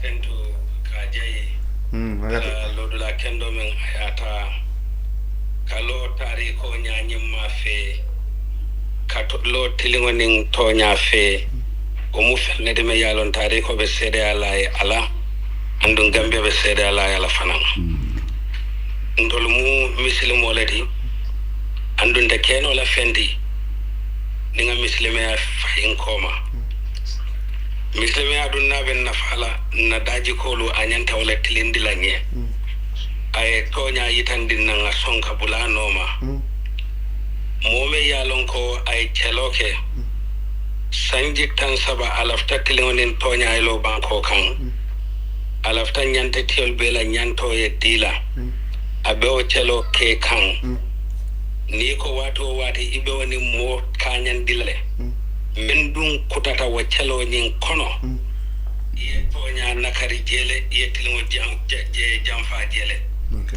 man sa Allah subhanahu wa ta'ala lamu man sa tilindi wata andunga tele tilmo la measurement be landinye ngolu ni lafta tilmo lon nanka nga alale nyinin ka ay tilmo la sumanda itandina okay ay nyum fanya qur'ano kono la konya ko la yastawi minkum man anfaqa min qabli al-fath wa qatal أولئك أعظم درجة من الذين أنفقوا من بعد وقاتلوا al tolu kono molu men ni yalon aka kila la ci saybol la fami ne tande ani kila sallallahu alaihi wasallam ko molu men ni yalon ko ye munafan diro ke jandim makabe yela la wato menna ye jihado ka alala silo kan inin molu ta kanyan nola mennu nata munafan diro ke makala yelo kola ye jihado ka alala silo kan to nyala nyunu be mu ngani e kendol ala ko bari ta kanyan nola o ka foko United Democratic Party ibe nin party men lota bi wala kun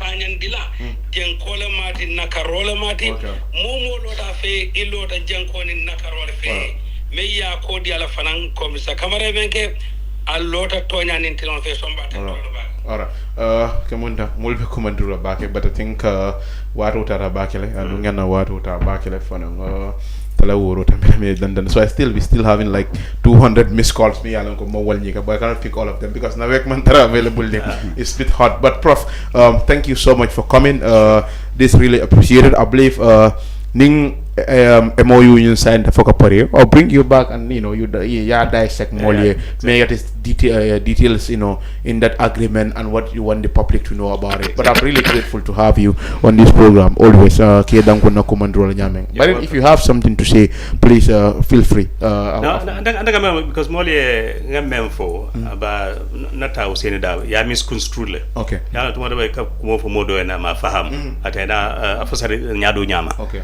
Then in Pansum Party, PPP. Not on PPP be active no. Got to the Sonda Suleimani and some party correct, including UDP. Then we metal and the party. But going to be party in a member opposition to get rid of the system I mentioned at the time. Yeah. At the time. I don't know like and all out na Pankafata Farbata Jallo Tambajama. Coalition 2026 2016 sorry for 2 years 2014 kada 2016 mboko ni kata fo alen dema ngamera 7 political parties nge kafu nyoma for baro tombo campaign kay ngabero 5 fasita in 2016 so kuma bo nyama sai nata je cold be finger is totally different kada ngam mira baro nyanto kala ama jama bi jama noke wala na muruta batu ka one compound political funkolo movement law abe in the process like because nga kaitol be sobin la IEC nga kodo jole dasimido fula so jan in December ne allocated ala panambe register as a political party in the country so wala mkote after me fala mola ala barka back. All right, thank you so much Prof for coming. Yes, Honorable Malick, thank you for coming and ila availability always to this program. Thank you so much. This appreciated. Even me for mole me yalan ko wolle be jibero. But come on demo UDP ko la ñu dalin na. They don't joke with you. Come on da come ning ke o yema ñoo futu. Menke chahano de. Jara. Til won ko te ma nya bayale de mbaru. Okay, but intel after kibaro men kila tendoron. Wole mu banko alkalolo. Banko safol.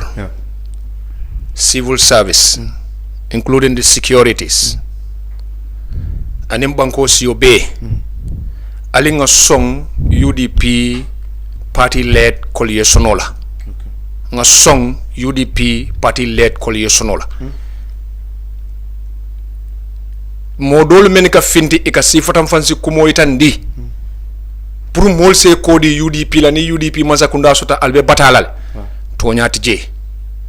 Eka security lu menu threaten ka fo ko ni UDP man sakunda soto tajang albe batalale aman soto eka sefo lu menu threaten ani alkalol ka fo ko ni UDP man sakunda soto tajang albe batalale aman soto nimmem man kuke kutela ali nga song tonya mentamu nga tonya diala nga dum election o kono isa agency banko bonino president borobul ay dang tout tamla kanata ta tamla nata ta tamla wo manyem banko fevo science ten nyin candidate o kundato mo siji kino men naka nyim banko diala pour asilono molie ay molu fasa ay banko ftandi tunk modol lafta fta dameng with the collaboration of people animene coalition o United Democratic Party leti wala mtala kuma kanguti anin ka yamar loki alkalol nin sefol nin civil service nin titol kang anin banko sio be ko ke silandi kuma kango men naka fo ko ni UDP led man sakunda soto jalbe batalale amanke kuma soto ngoti alinga nyo moy Gambia le denta nga ke klinti nga tonya sabatindi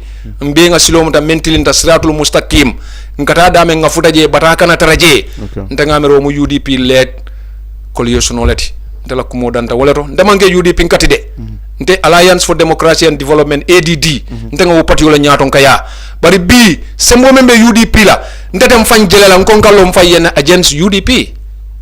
I'm not going to do that. Nte be UDP le back la because se wole back no pour nga masakunda fali no easily attaque la problème. So yes, ADD with UDP and all other coalition members, I thank you very much. On their behalf, I'm not sitting here on their behalf, and I am not talking on their behalf. I sit here on the behalf of ADD, and I am talking on the behalf of ADD. And whatever I said here, akendo ADD le tamo de baranga fingo fem foja natra mam betia wo muntela humanity la na fault leti as a human being ka mam perfect. Oto wo kola ngal konto ngal tentu ngal jay ala barka bake. Assalamu alaikum warahmatullah. Thank you. Yes, Karafa baraka inara program oto nyameng ane mune fola jiber lalie. Jara mbe jiberlal be tentula mbe jeyla ani mimbota kor kila jamin keta bamfa camarade France mba tentula mba jeyla bake ala kuma kan kendol la ani mo ko ten dol mi yalan ko lamni silla bronze ngebe konton bal jara kuma ko kidim bije lefta ko tandi gambe non la ne gos ko Gambia ko le be keri amanke sikuri amanke pati kuti. Okay, nta mantara sirin jang ko be sirin UDP le toyala jang. Nte be siyo min to jam be sirin noto tamle toyala. Ye momoji jang be patio la kono. Dum momo la nyanto la mo patio dia ta taraje. Ba nin ko ku na ta miyala ko Gambia la ko lo be le dentola. Ide be patio to bang o ide be siyo to bang nim Gambia ko na ta be de ngajo ko Gambia ko lo mo ngade ngala ngajo ko ba abondino la nyame ngaka wo nya. Dum be so fam no UDP ko la munti de because kanyin UDP ko do fambe ka fu mole ko hay kantanje ko UDP ko fo UDP fo Gambia ko UDP ko date woto ba ndabi jele den ngende terra jele moma ngene fanjele wonya ko men ka fo e kantanje ko UDP no Gambia ko lam amanke UDP ko ni ata UDP ko lam chef no bad ni mo lefta ko na ka tandi ko UDP ko lam nte den te batala la woto because nte batala ko Gambia ko lam dum ba pare na ko kula je dum be ko nga sorno je fan ba pare na banko la jarta nyala dum o manke te damante wo mun ñon jama leti ni lefta tan la Gambia no la ni nga kumandro ke wato molbe ñomal bar kabin katom fokko na nga kumandro ke dawda la mobe se la moy na la fa min na banko ko la mbe de ngala ngaje ko na banko mi pour soma kamala kana keno because banko mi la koy tam limit so mbe ajele banko li tam ndiri bulol mbe bulu dum fa ñan mbe daminto bi mi fa ñan to la sorno no because ni mi rente len West Africa kono banko jumala min kam ta Gambia bi atije ferem woto mbe lamoylal be tentula mbe jeyla ni jiber lali ngal be tentu ngal jey Gambia ko lam wala mbe sindi jani wala telefon ambula ka gibero kan kala moro ke ngal tentu bak ngal jani te jara fon ani prof ani Mr. Kabara ngal be tentu ngal bay jey bake abaraka bake Karafa Ceesay. Thank you so much for coming. Ala baraka bake atal membe non jibe kam men be commandro la malla commandro tanor wato ñi ne jam fa fo talata nala inshallah nga continuer pro bar janni wo talata nala dro ngala ni talata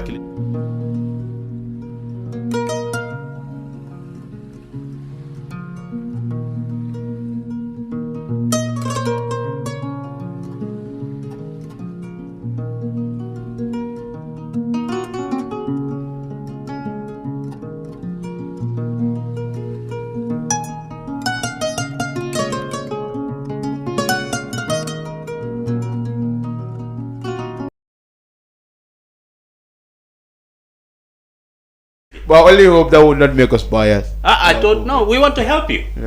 This is what we are about. Well, thank you, Prof. Allah baraka baki for talata na inshallah. Allah baraka baki.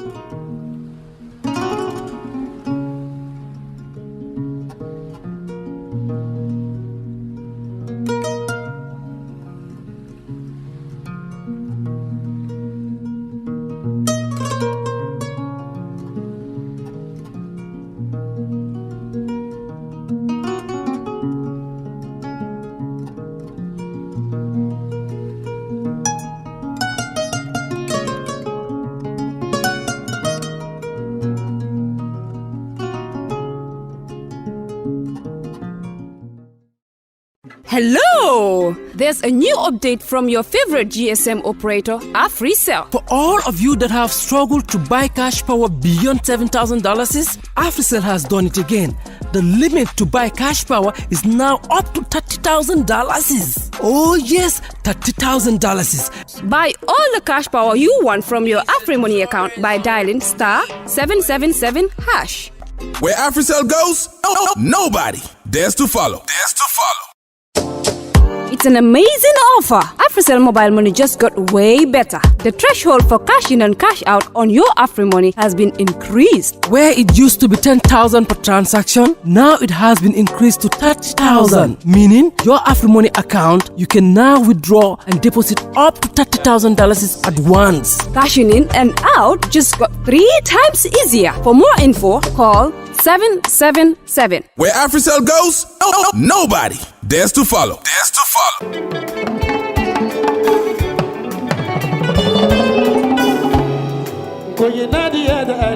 Looking for the perfect home away from home in the Gambia?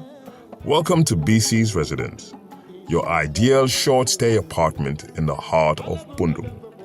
Whether you're visiting for business, pleasure, or an extended stay, BC's Residence offers you the comfort, convenience, and privacy you deserve. Enjoy spacious, well-appointed accommodations in a peaceful neighborhood just behind Nusrat High School. Our residence combines modern amenities with authentic Gambian hospitality, ensuring your stay is both comfortable and memorable. At BC's Residence, you are not just booking a room, you're finding your perfect base to explore all that the Gambia has to offer.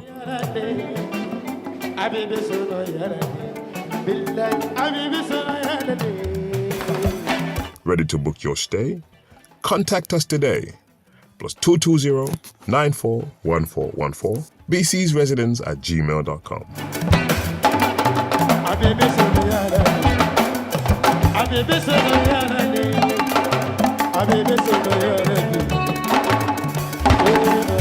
BC's Residence, Bundung, behind Nusrat High School. Your comfort is our priority.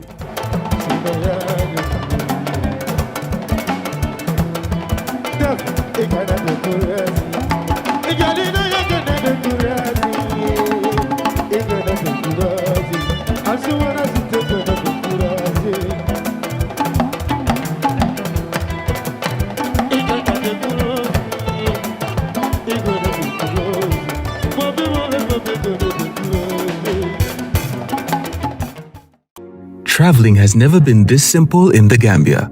Oh yes, you don't need to visit the GTSC depot just to get a ticket. Just download the Yona Wallet app today and enjoy hassle-free bookings. With Yona Wallet, you can buy your GTSC bus ticket right from your phone, anytime, anywhere. From Kanifing to Dakar, Dakar to Banjul, or up-country routes like Kanifing to Basse and Basse to Banjul, Yona Wallet has you covered. No queues, no stress. Just safe, fast, and convenient ticketing at your fingertips. Choose comfort. Choose convenience. Choose GTSC with Yona Wallet. Yona Wallet. Your money, your way. GTSC. Moving the nation forward. For more information, please call 1124 or 221-1668.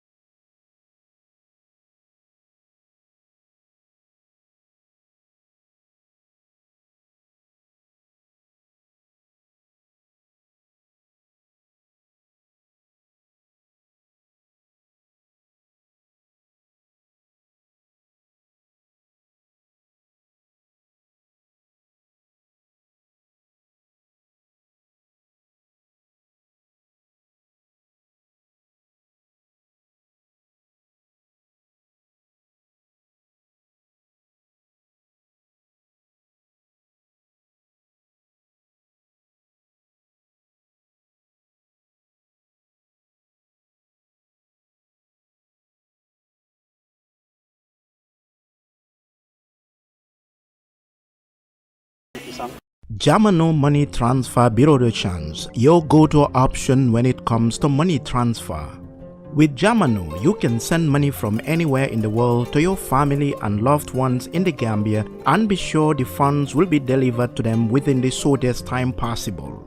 For your convenience, funds sent through Jamano Money Transfer can be picked from all the banks and multiple other financial institutions, including Ajib Bank, Trust Bank, GT Bank, Mega Bank, Basic Bank, Reliance Financial Services, and Approved Services. Visit our head office at Bruceby opposite AfricMed next to Trust Bank Limited or email us at info@jamanomt.com.